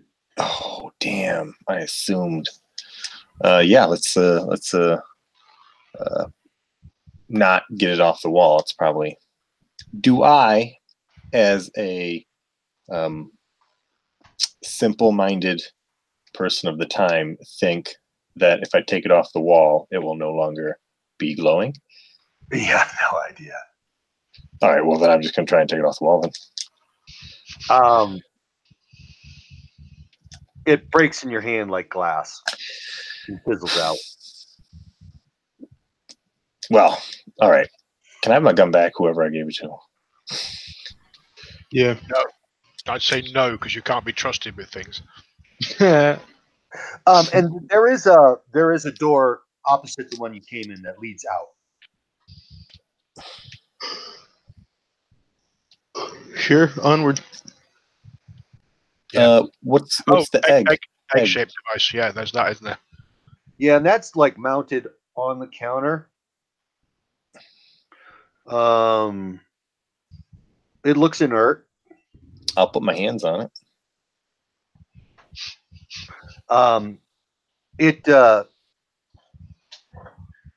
It mists. You put on it, and a pleasant smelling mist coats your hands. Is this one like a Febreze? Bidet, even worse. Well, you're in a bathroom. Oh, Not okay. that in the 1646 hand sanitation was important. Okay, well, But in the 23rd century, I'm no longer interested in this thing. everyone's using it. I will join the others at the door.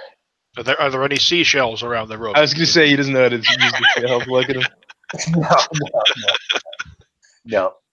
Everything's very clean, has a stainless steel look to it. The sink looks like a normal sink, but no water comes out.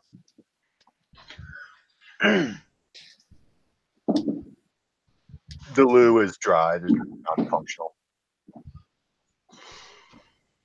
And then there's a door leading out of this room, if you choose to take it. I will choose. Okay. It opens up into a hallway going north and south.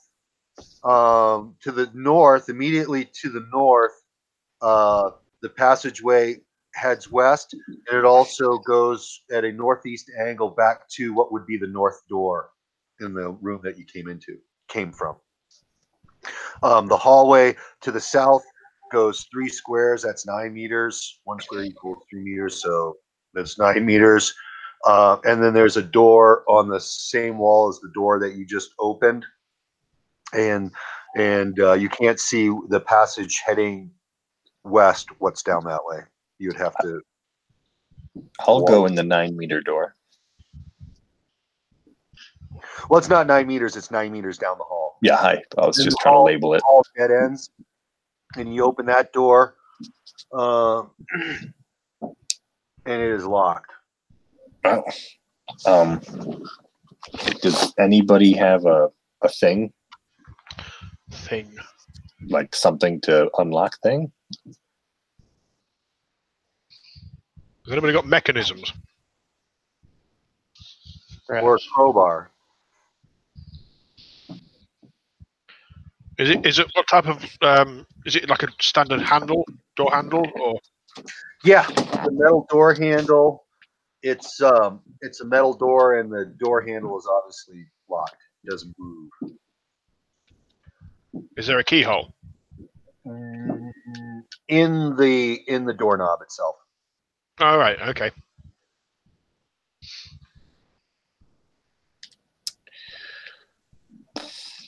So you'd either have to pick the lock or force the door somehow. Could I use craft clockwork to try and pick the lock? I'm assuming with a penalty, but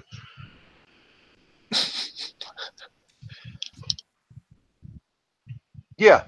Yeah. Yeah. Tell me what you roll. Okay. Tell me he creates like a little robot that goes in the keyhole and unlocks it. No, he has this set of simple picks. I rolled a 40 from craft clockwork of 75. That is good enough. The lock is easily disengaged, and the doorknob will turn now. Cool. You can easily swing the door open.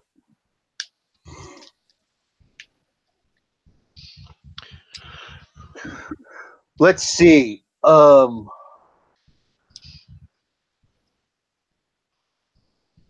assuming that there's what? Mops and Moths. buckets. Oh, mops. Wait a minute, they locked the janitorial closet, but not the fake jewel closet? Well, that one didn't even have a door. Yeah. That was there might be dangerous chemicals and stuff. Health and safety is a nightmare in these places. But yeah, there's a lot of fluids in bottles. There's also a Portable lab? appearing metal statue. Statue? It appears humanoid from the waist up, but its lower body is box-like. And when you come in, its head turns and starts talking to you, but in a language you don't know.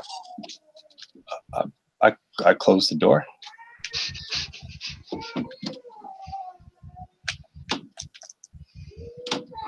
Okay. Yeah, I say we move on. I don't like that room. Do you want me to lock it again? Please. Yeah, can't do that. Sorry. All right, let's turn the corner down the hall. Even if you lock the door, you'd be able to open it from the other side. Yeah. I don't want to go near that thing. I think we're done with that thing. I think we walk away from it. Okay. The hallway. 3, 6, that's 1, 2, 3, 4, 5, 6, 7, 8, 9, 10, 11, 12. It's 12 squares long. So what's that? 36 meters in total. And just a little more than halfway down, you can see that there's a door on the north and south of the hallway, and all the way down there's a door on the south. So there's 3 doors off of this hallway. 2 on the south wall, 1 on the north wall. The first south wall door.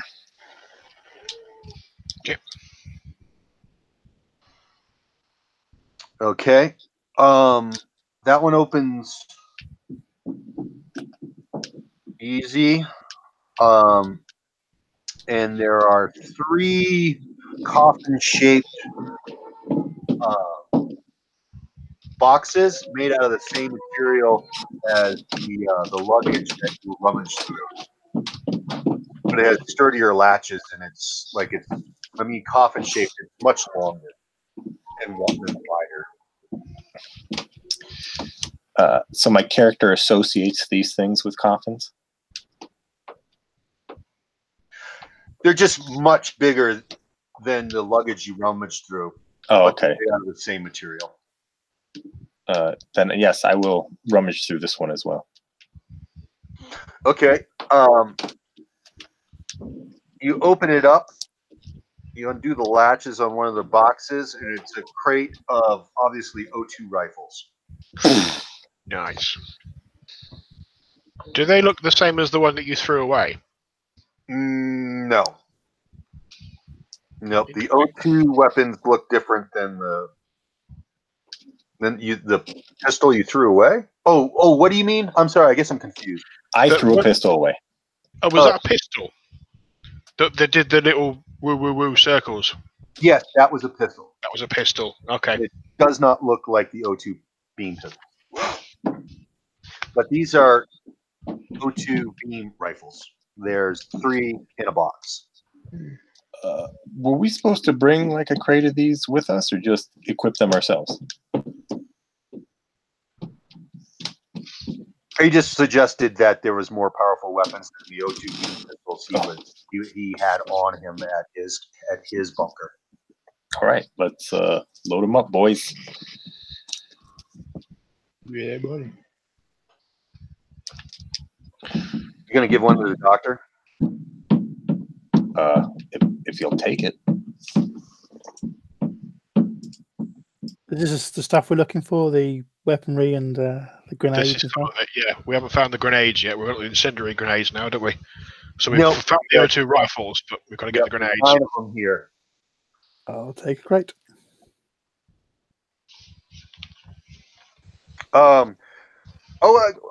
Let me take that back. There's 602 rifles. The third crate looks like it has a rifle, but it has a tube coming off of it to a backpack. Flame on. Ghostbusters? Mm-hmm. Except the backpack's not that big. It's like, your Ghostbuster size pack. It's much more compact, but it has straps that you would put it on your through your shoulders, and it would rest on your back, and then you would hold the rifle part with the tube attached to the pack.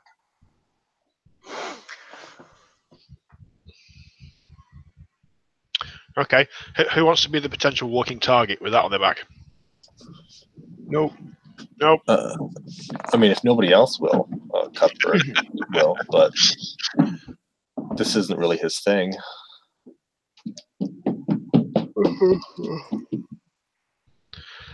Fine. I'll take it. Yeah, I'm going to take it. Yeah, Right. I'll take it. There we go. It will surely suit the witch hunter. Surely shoot the witch hunter. True. Have we got stats for the beam rifles? Yeah, 2d6. And 300 meters.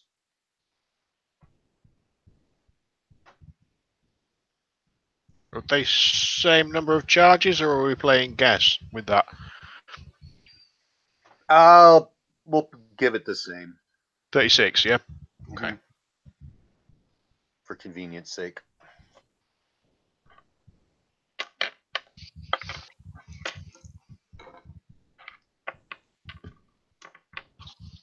Okay. Should we check the other side then? What was this? Was this the south? Yeah, This was this the is the south first door, door you came on the south, and there's another door on the south, 9 meters down the hall, and then the hall dead ends. I say we stick to I the take south. that back. It doesn't dead end, it turns north again and goes another 6 meters and ends in a door. But at the end of the corridor is that door to the south. So now that you got a door to the south, and the passageway turns, and there's a door to the north.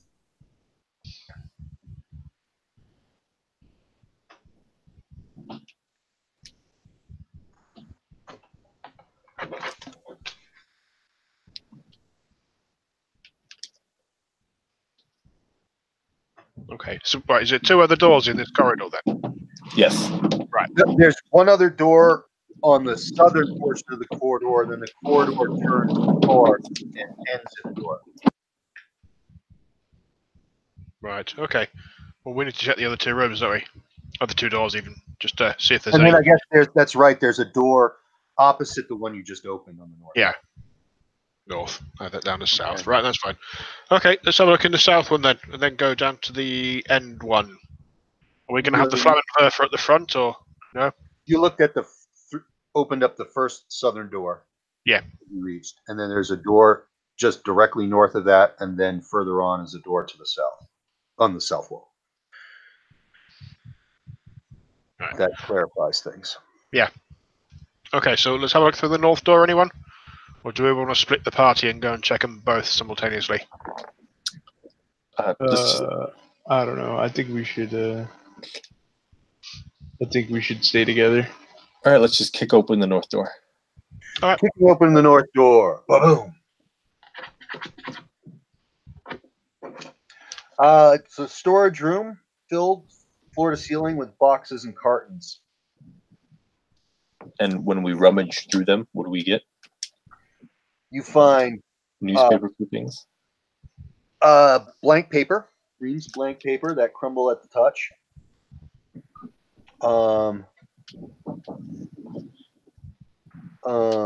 Some foil sealed packages, like the but bigger and flatter than the ones that you found in that other room that contained moldy chocolate.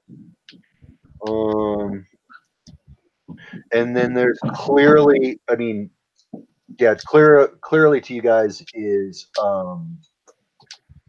bottled water. Oh.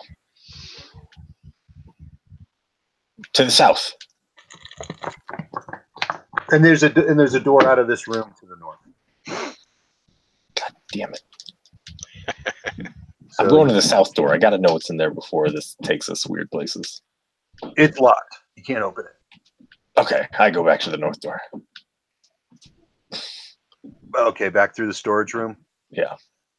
That opens up into a large chamber, very wide, very long, and in the center of the room is your view across the space is blocked by counters, numerous counters, and the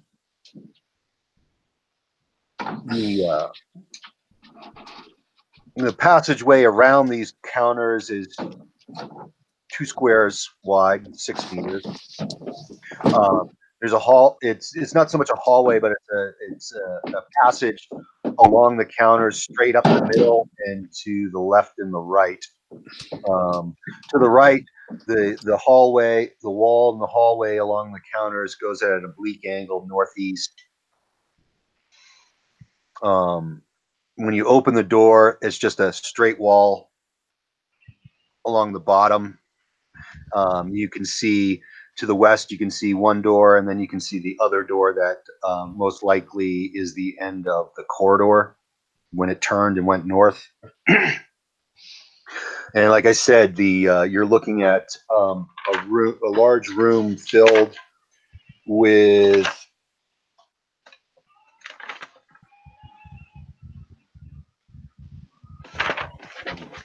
what's that one? Okay, so I'm gonna go there. Counters, dozens of benches. The wall running on the west side of the room is a huge window made. It must be glass because you can see through it, but nothing can be seen beyond it but rubble, sand. Ooh. We're not at the top of the tower already, are we? I thought we went down. Yeah, you're down. Yeah, you're down underground. That's weird.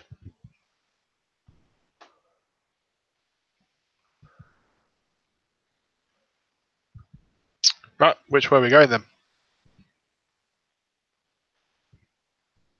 You can go straight up the gut through the middle of the counters. You can walk around the counters, going around it in the west direction or the east direction. And then you got 2 doors, 2 unopened doors on this southern wall to the west of you.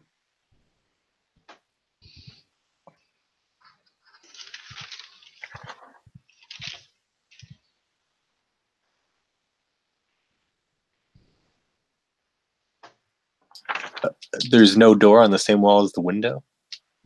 Nope. Can you open the window? You go up to the window, and it just seems to be a solid pane. I mean, it's extremely long. When you look north, the end of that at the end of the northern end of this room, this large room, you can see a tubular tunnel continuing on. But there were 2 doors on the south side, you said? Yeah, there's the one that was obviously the end of the corridor, but before you get to it, there's another door in between the 2. I would like to go to the open one in between the 2.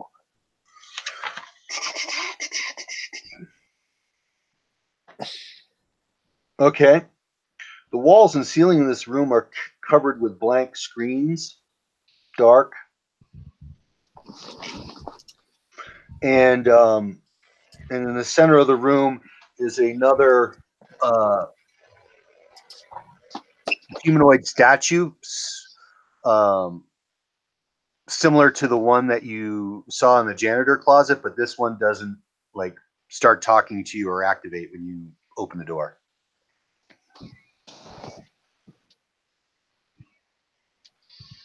Okay.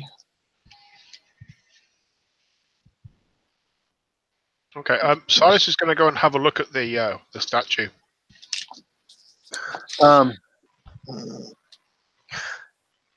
Yeah, it's some type of advanced mechanical thing shaped slightly humanoid. It's all chrome. It doesn't really have facial features, but it has what would appear to be a face because it has some eyes, and a screen where its voice would come out of. And the base of it is box-like, and it has two arms, and they end in like little clamps. Okay. Has it got like the I'm going to call them apertures because they're not really arms, are they? Because they've got the little clamps at the end. Sort of at the top end, are they sort of like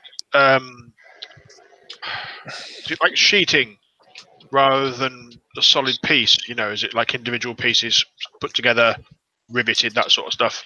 Yeah, it's like circular bands articulated, so it can articulate. It's Right. Flexible, and then it goes right into what its shoulder would be. Okay. We move it around like that. And so with its articulation and its movement, it can, move in almost any direction. Just think if maybe we can, take off the doctor's bad leg and replace it with the arm. We can walk on that for a bit, see if that works.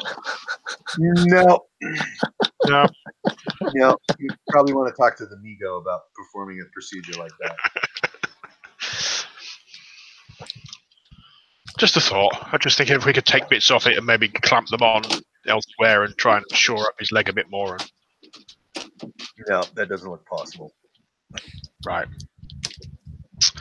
Bugger. Sorry, Doctor, I did try. I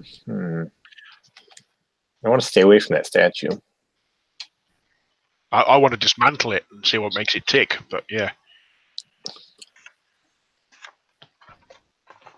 How is it humanoid sized as well?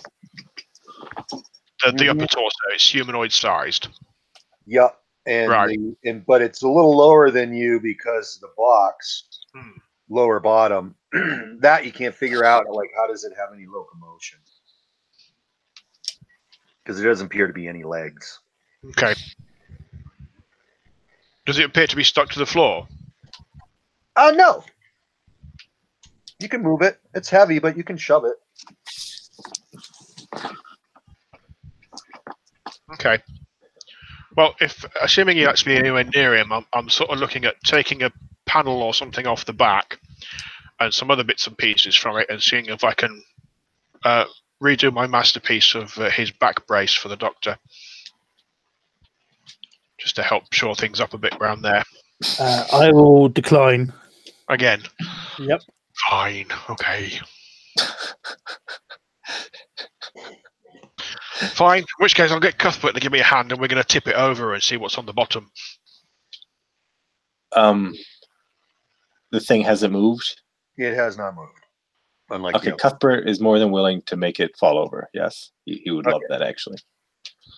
Okay. And the bottom is smooth. It's kind of tapered and rounded. And then there's some panels on the bottom of it, 3 of them in a row, that you don't know what they do. There's no wheel. It's a panel. It's a screen panel, like it has holes in it, and there's 3 of them along the bottom. Okay, that's weird. Yeah. All right, we're done. Okay.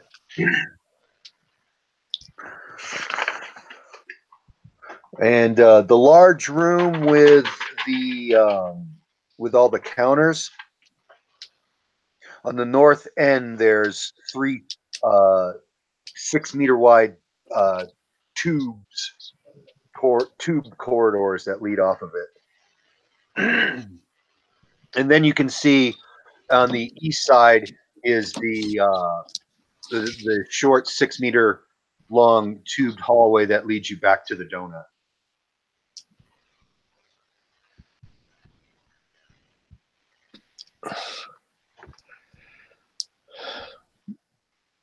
I don't want to go back to the donut.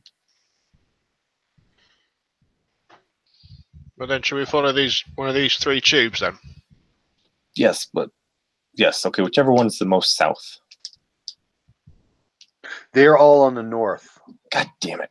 There's nothing going south. It's all going back north. I think we're about to lose Mark. Yeah, we've just lost Mark. Oh, why is that? Something about chores. The one on the left. Okay. The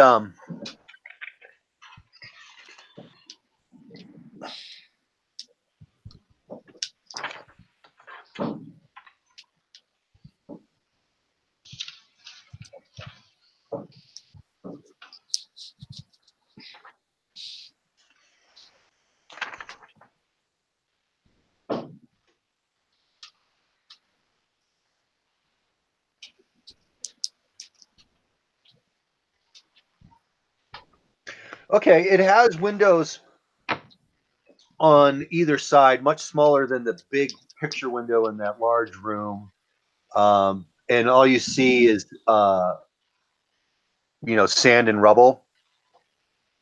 The tubeway runs straight for 100 meters and comes to a circular portal with looks like a sliding door.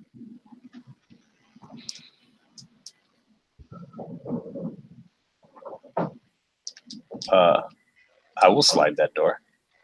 And it's got a handle, and it's really hard to move. But if you had extra help, you may be able to crack it open. I shall help crack it open. Okay. And when you crack it open,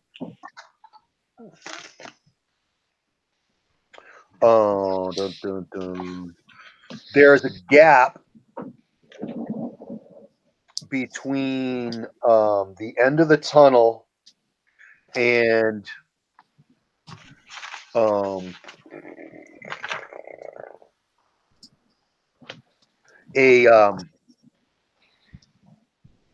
tube is circular. Then there's an exact circular opening that when you pull that door open, automatically slides open itself.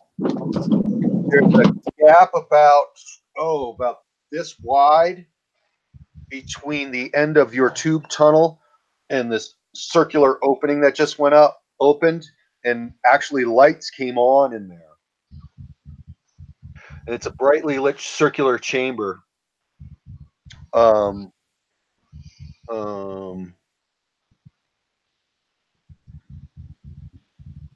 With a ring of thickly padded chairs. There's a shaft running from the middle of the floor to the ceiling, and then with the gap, flashing your flashlight down, you can see there's a metal ladder on the tube wall where you're standing right underneath. There's a metal ladder, and it goes down, and it runs along the side of whatever you would step over to the gap into the brightly lit chamber. It's kind of circular, follows the circular pattern of the room that you're looking in. And that goes down, and that gap seems to go all, you can see it to the left and right. If you were to step into the circular room, crossing that gap seems to be going equally around it, left and right of you. How many holes in the ground have taken us to another world in this entire campaign? Every single one. So sounds like And we're the going in shaft the running hole. in the middle of the floor of the circular room goes up and down. It doesn't just go down.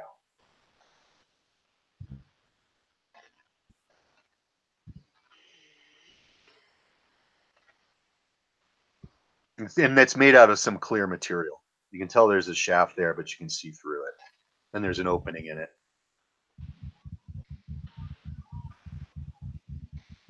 Do we want to go up or down, guys? Let's go up for now. We can go into the other realm later. Yep. So there's up and down inside the circular chamber, and there's going down the metal ladder outside of it. That goes down as far as you can see. So when you say upper, so I guess the up, if you wanted to go up, you would have to go into the circular room and expect that tube that goes up. All right, let's head to the circular tube that goes up.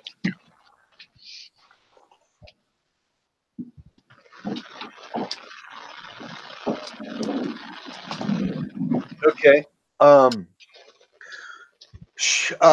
The shaft, the plastic shaft is clear. It goes up, it goes down, and lights are on. But you don't see any like ladder. But you see that below you going down that the shaft ends and has an opening, and the shaft goes up and has an opening to step out of. But there doesn't seem to be any ladder to climb.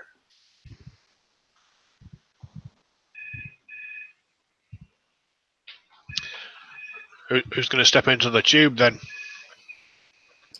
I'll do it. Okay, you'd be stepping on air. You would have to, like, I don't know, try to. Yeah, never mind. I'm not going to try to, like, Yeah, I was trying to figure out how that would work. When you looking up it though, all of a sudden you can feel weightlessness. Are we going to Charlie and the Chocolate Factory this?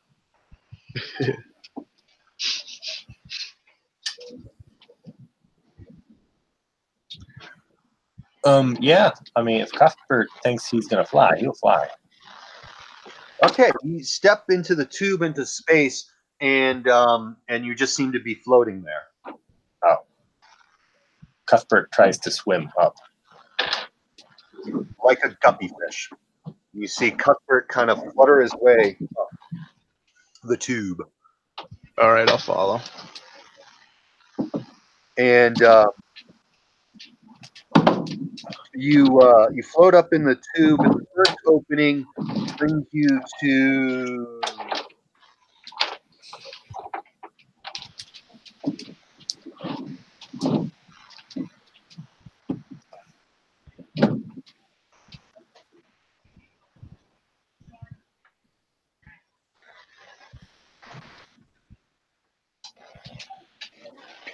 it's got a lot of complicated machinery that you can't make heads or tails of.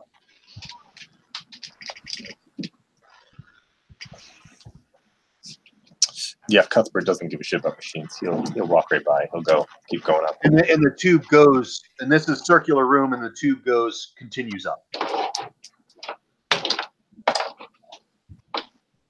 Yeah, I'd continue up unless someone stops me. Okay. Silas, I am following. I just want to clarify that.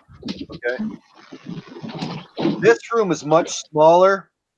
There's 4 padded chairs, and the room is packed with switches and dials and screens. The area is illuminated by a myriad of blinking colored lights.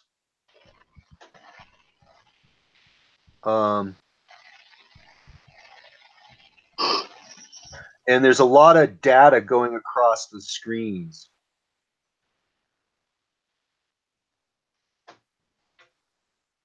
And one of the screens is flashing green.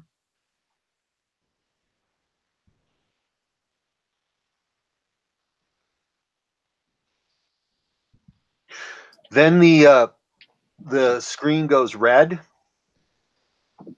and it starts reeling off symbols, much like you saw on the odd watch that you picked up.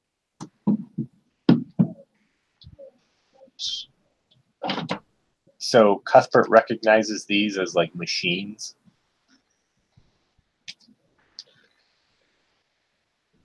Yeah, He'll but ignore not it. like the machines in the other room.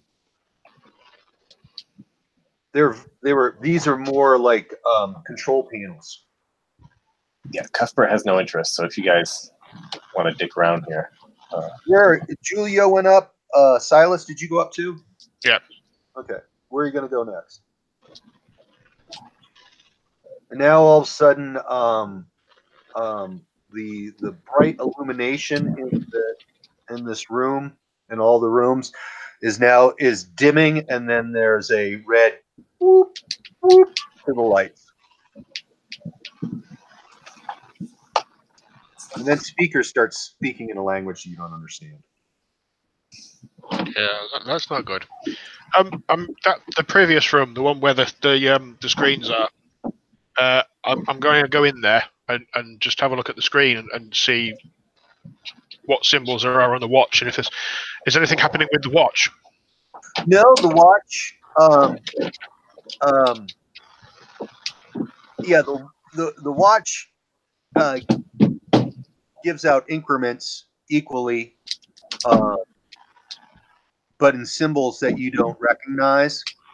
And the symbols on the farthest right of your little watch move the fastest, and they match the one that is on the screen on the room that you're in. Okay. So the only thing, I guess, the correlation you make there is the symbols that change the most on your watch are the symbols that you see changing about the same speed.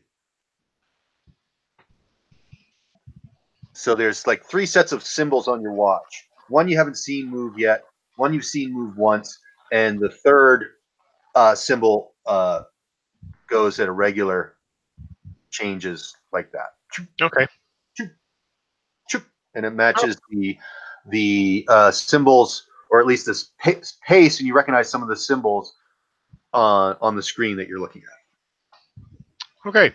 That sounds like a countdown. That's not good. Yeah, then you feel a big shudder beneath you. Beneath us.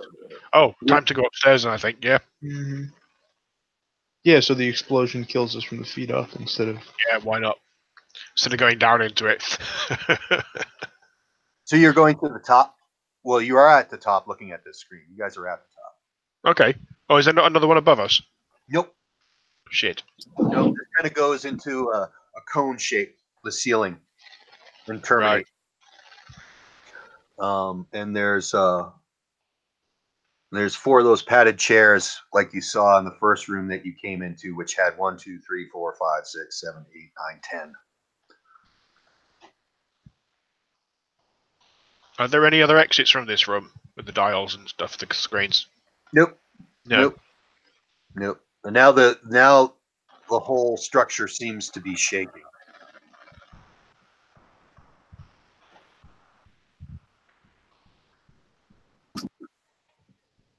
And, okay.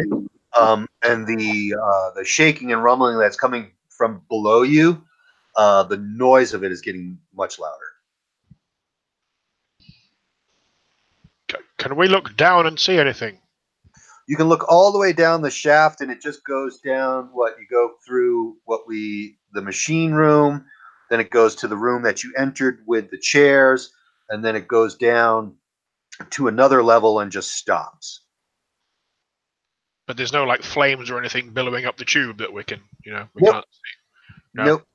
That's Nope. really. Cuthbert will go all the way down. We've heard that. You're a bastard. So Cuthbert, you're going down, and then what happens? There's a wailing siren sound.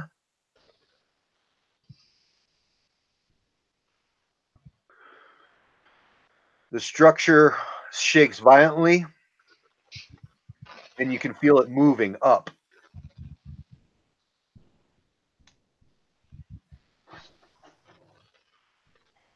And you rapidly hit that bottom floor, Cuthbert. And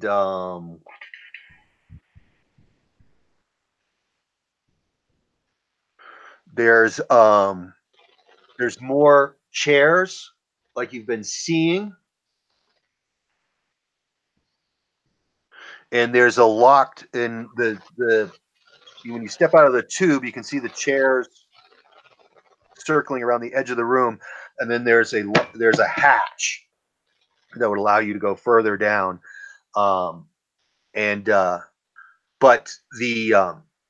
once you step out of the tube, you're finding it hard to raise your feet as you feel like you're being forced against the floor. As the violent shuddering continues, you can hear this tremendous roar. I will attempt to go to the hatch. And when you went down, you noticed that the door out to the tube that you entered into this was closed. It's no longer open. Yeah, I'm going to attempt to go to the hatch. Do I need to roll?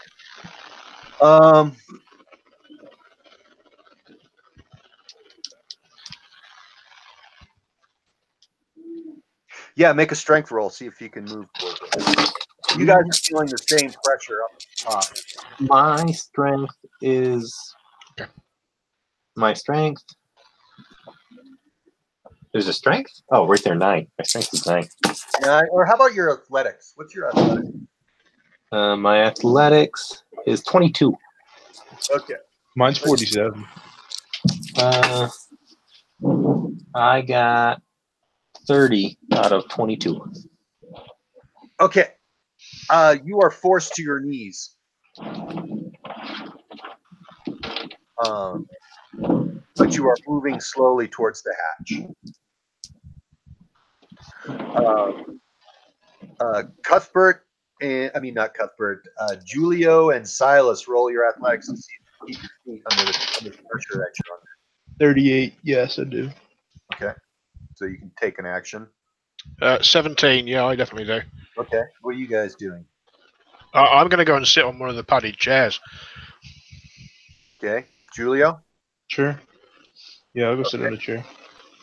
Next round, the pressure is incredible. Cuthbert, what are you doing? You going to try to open the hatch or what? I want to go to that hatch, yeah. Okay. Make another athletics roll. Okay, come on. Under 22. 38. Okay. At this point, you are flattened on the ground and you cannot move and take 7 points of damage from the crushing pressure.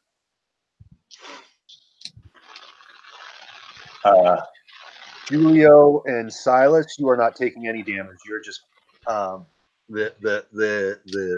padded chairs that you sat in seem to cushion around you and mold to you. Are there other, is there another padded chair? Yeah, there's padded chairs on this level. There's padded chairs where Cuthbert is all the way at the bottom.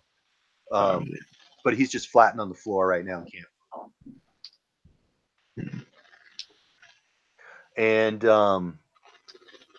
after about 10 rounds, that tremendous noise and pressure releases. And you guys at the top, you recognized as you see sunlight. You seem to come up into the surface of the dark side of the moon and keep on rising until now that the sky is no longer streaked with all those lurid purple electrical storms and blasted by sand, and now you see stars. in the blackness Okay. of the void. And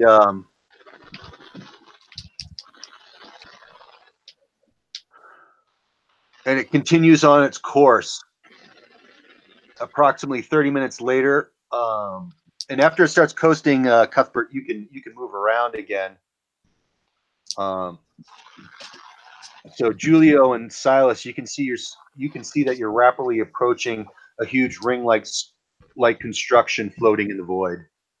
Oh shit! By the stars, and Cuthbert, you can move around now. Are we about to go to Sigil? Planescape now?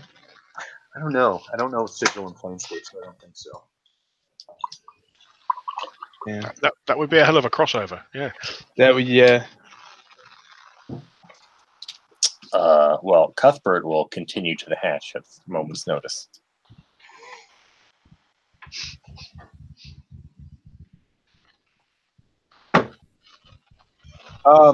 This large room has a spiral. You open up the hatch and you got spiral stairs that go down to a large circular room with no padded chairs. There's boxes, crates, and containers. Curiously, many of the boxes and objects look like they've been slightly burned. And that's what you can see from you go down the circular stairs a short ways, and that's what you see below you, that you would be in a circular room with a bunch of boxes and crates.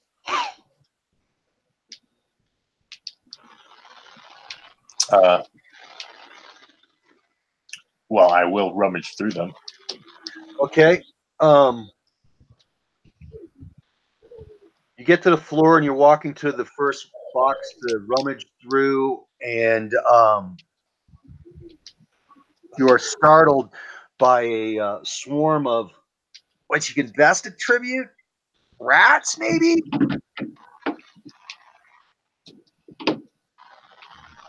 Racing at you, squealing in manic fury. Like you haven't seen food in 30 years. Okay, well, if there are rats, I will run back up the hatch. Okay, you are going to be attacked. I understand. Fast. So you turn to run back.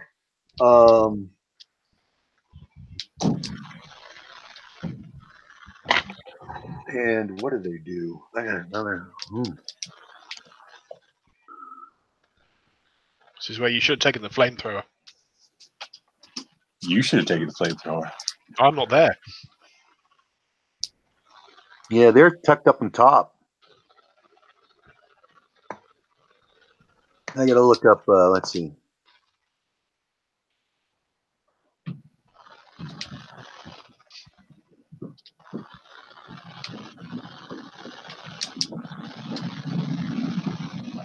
I'll be right back. Okay, you are. You turn to run, but let's see. How many of the rats get a hold of you?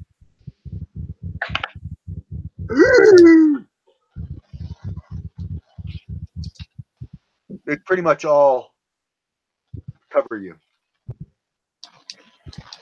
Just as you get to the bottom of the stairs, they swarm up over your body, and they start trying to chomp on you, and then they discharge blasts of electricity.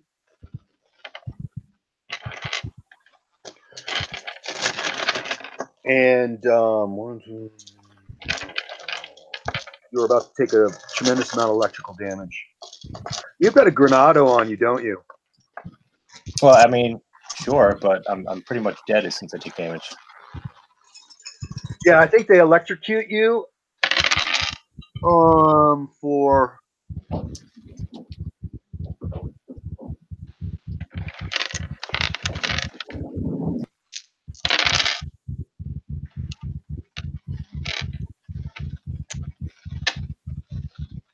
40 points of damage. Jesus Christ! And then you guys hear a Granado go off down all the way down the bottom of this thing.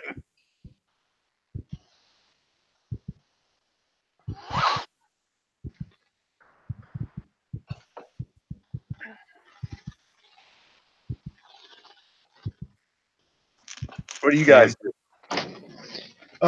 Where is he in relative to us? It's down the tube or down? He went down the tube to the lowest level, which was you're at the top. You're at the tippy top. So there's the level below you immediately is like a machine room, and then the tube travels for a bit and goes to the room that you first entered with the chairs. Then the tube goes down further and stops at this lower level where the hatch was, and there were chairs. And he opened up the hatch and then went down the stairs and got swarmed by rats, electrocuted and blown up. And so you're hearing the blast So traveling. they're like robo rats? Wait, they electrocuted him? You don't know what happened, but yeah, they did electrocute him before they tried to devour him. And the electrocution charge that they discharged, because it was 19 rats managed to grab a hold of him out of the 20. Huh. And so that amount of electric juice, I decided, was enough to set off the grenade. Sweet.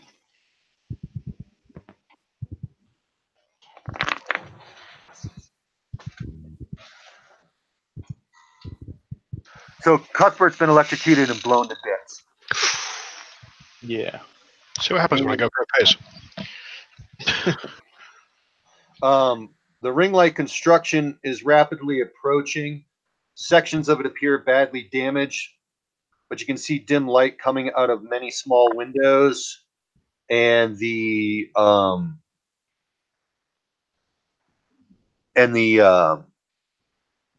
ship docks at the station. Yeah. So, I feel like we're not anywhere near where Malabench is. Yeah, I kind of get that impression as well. Because You're they in a pretty said... impressive vehicle. What was that? You're in a pretty impressive vehicle. Well, I'm just saying Malabench is... He was just supposed to be in the bunker, right? Not, No, he wasn't at the bunker. You were getting gear to make your assault to get snatch Malbench from the Moonbeast City. Oh. Unless this is the Moonbeast City, we're definitely not there.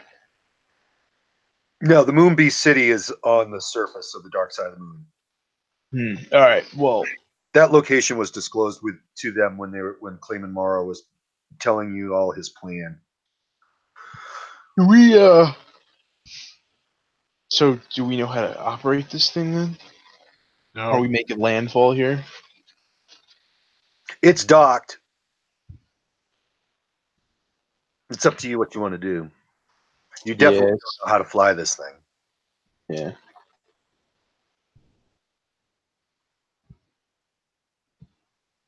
My worry is we set foot off it onto this ring thing and it disembarks and bloody flies off on its own. Yeah, So your suggestion is to sit tight? pretty much. No. Just in case it launches, but I suppose we can always go and have a look around. Yeah, we still... I mean, have we looked through this whole ship yet? Pretty much discovered the whole thing, or no? Yeah, between you and Cuthbert. I mean, Cuthbert got to the bottom and found the monster and got killed by it. Have we heard Cuthbert going boom? Yeah, you heard the explosion of the grenado. Right. Yeah. So that's the problem. Like, what the hell? Yeah. We probably need to go check that. Yeah. Work. We gotta go begrudgingly.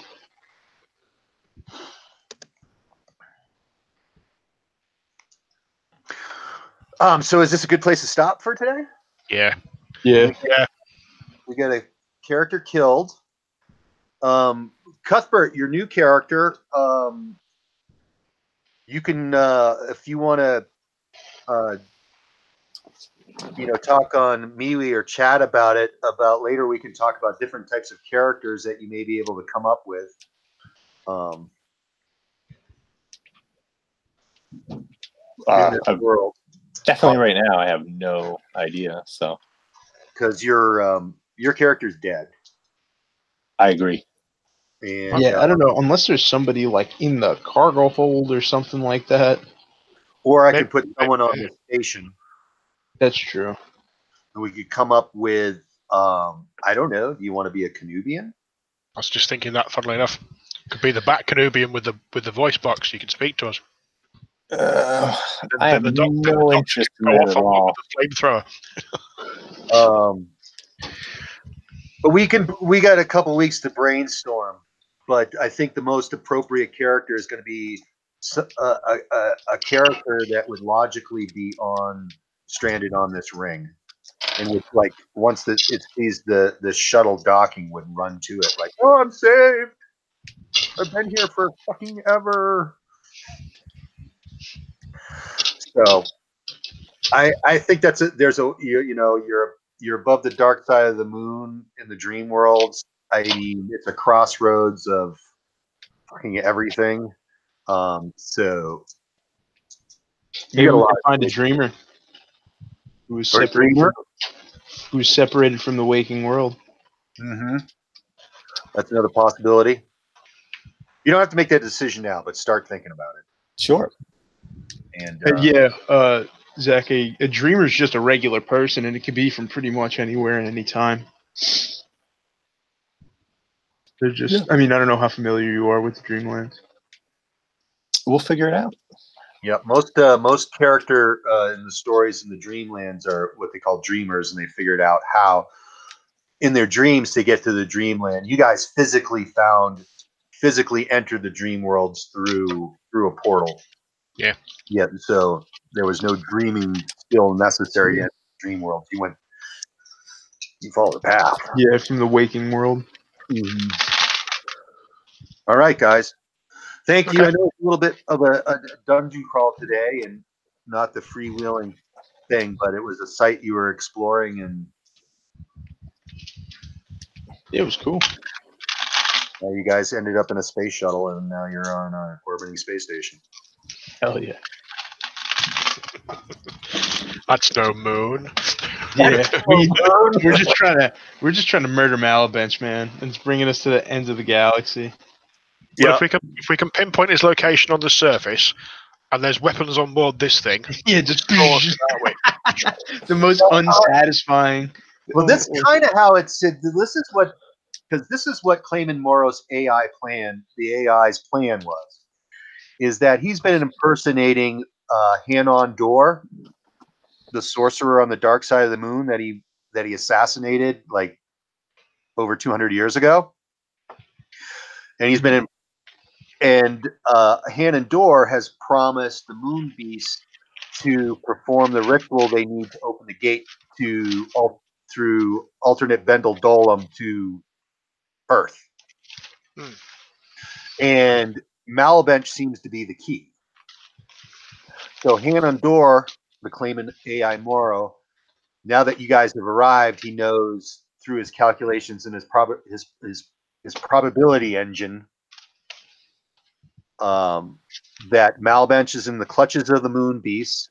Hanon Dor is expected to arrive to perform the ritual to open the portal using Malabench. So he said, we need to get an impressive vehicle so we can approach the Moon Beast City, land in where they're having the ritual with Malabench as like the sacrifice, and to land with Arcana dampeners and guns blazing and snatch Malabench and lift off and go back to Clayman Morrow's bunker. That is he said he needed to get a vehicle that was impressive enough that Hanon Dor would arrive at the Moonbeast City. Malabench isn't going to live that long. Well, here's the trick. And the good doctor, I don't think, has a problem with this.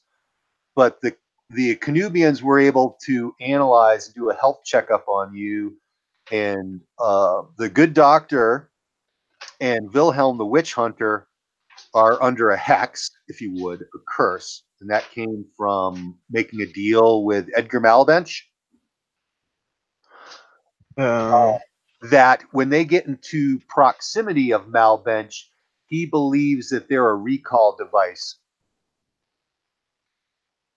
that when they get in the proximity of Malabench, Malabench, the Doctor, and or Wilhelm, because of the hex that's on them, are going to be transported back to Edgar, because Edgar wanted his son back. That was the deal. Find him and bring him back. Yeah. Now, it is apparent to the Canubians and the Claimant Moro AI, because Silas said, well, what if we just screw all that, land, and put a bullet through Malbench's brain? And said, no problem. That would definitely close the portal, but Wilhelm and the Doctor are sure to die. Yeah. Because they're attached. And the Doctor didn't give a shit, but Wilhelm was willing to follow his plan, because the AI said, if you can bring Malbench back to my bunker, I can probably separate you guys from the curse and cancel out the recall magic. Wouldn't they just get pulled? How does the recall work, though? He does not know. He's just sure that the Arcana, the Achium and the Arcana contamination and Achium. So the Doctor and Wilhelm would have to sit out from the session in order to.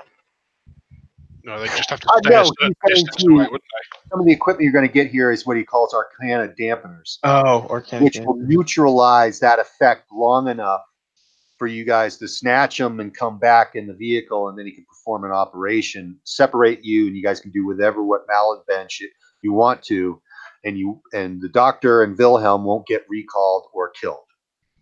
And the Doctor was like, didn't give a shit. Kill him, I'll die. Yeah.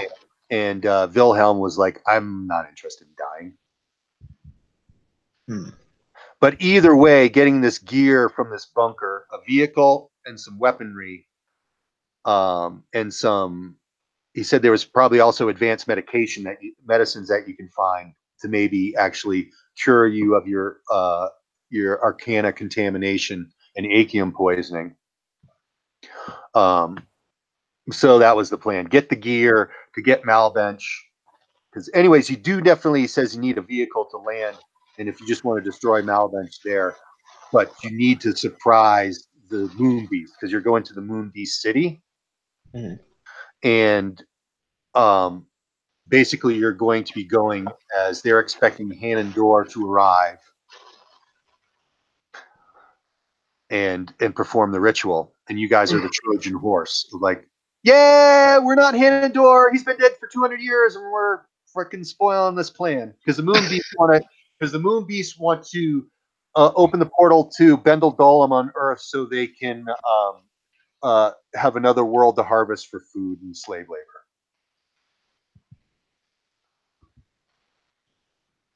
So I feel like this whole thing about how we're like pursuing Malabench is like extremely one-sided, where he just doesn't know that we're chasing after him. Because we haven't encountered him, have we? Since he fled Keswick? Yeah, since the inn where. No, you've been on his trail and rolling up his henchmen in Norwich, and you couldn't find him, and you've been trying to find him in every adventure until then is trying to pick up his trail again. And you had three choices at that crossroads: one to go on a diplomatic mission. Zeal wanted you to go to Saracenic Hall, his ancestral home, because he thought the trail could be picked up there, which it was. And I guess the other was to follow the lead on the false Chanterelle painting that Malabench was interested in. Go talk to the maestro in Amsterdam to see if he might know what the purpose of the painting and where he might have been going. And you all decided you wanted to go to Saracenic Hall. Yeah. Which puts you on the hottest track to Malabench. And Edgar disclosed how to find him and get to him. And gave you the ability to go where he went, but on the promise that you bring him back alive. And the Doctor and the Wilhelm made that deal with him, and taking taking the gold coins bound them to his hex without realizing it. And any of you other guys that took coins are dead and no longer around. Julio, you were a coin taker. Yeah, I did take a coin. You may be caught up in this. The death of Malbench, unless the operation by Clayman Morrow is conducted, you will most likely die at the death of Malbench as well. Could he remove the hex? Wait, why does he need Malabench? Yeah, whatever. It's Clayman Morrow magic. is going to thwart Malbench's attempt to open the gateway between the Moon Beasts and Earth. Obviously, Malbench thinks there's something in it for him. Is he Clayman getting Morrow is sacrificed? not so sure. But Malbench was, one, it was obvious that he was in contact with Migo because he was using some of their technology in mining. That was way back at the beginning of the campaign. Yeah, that was.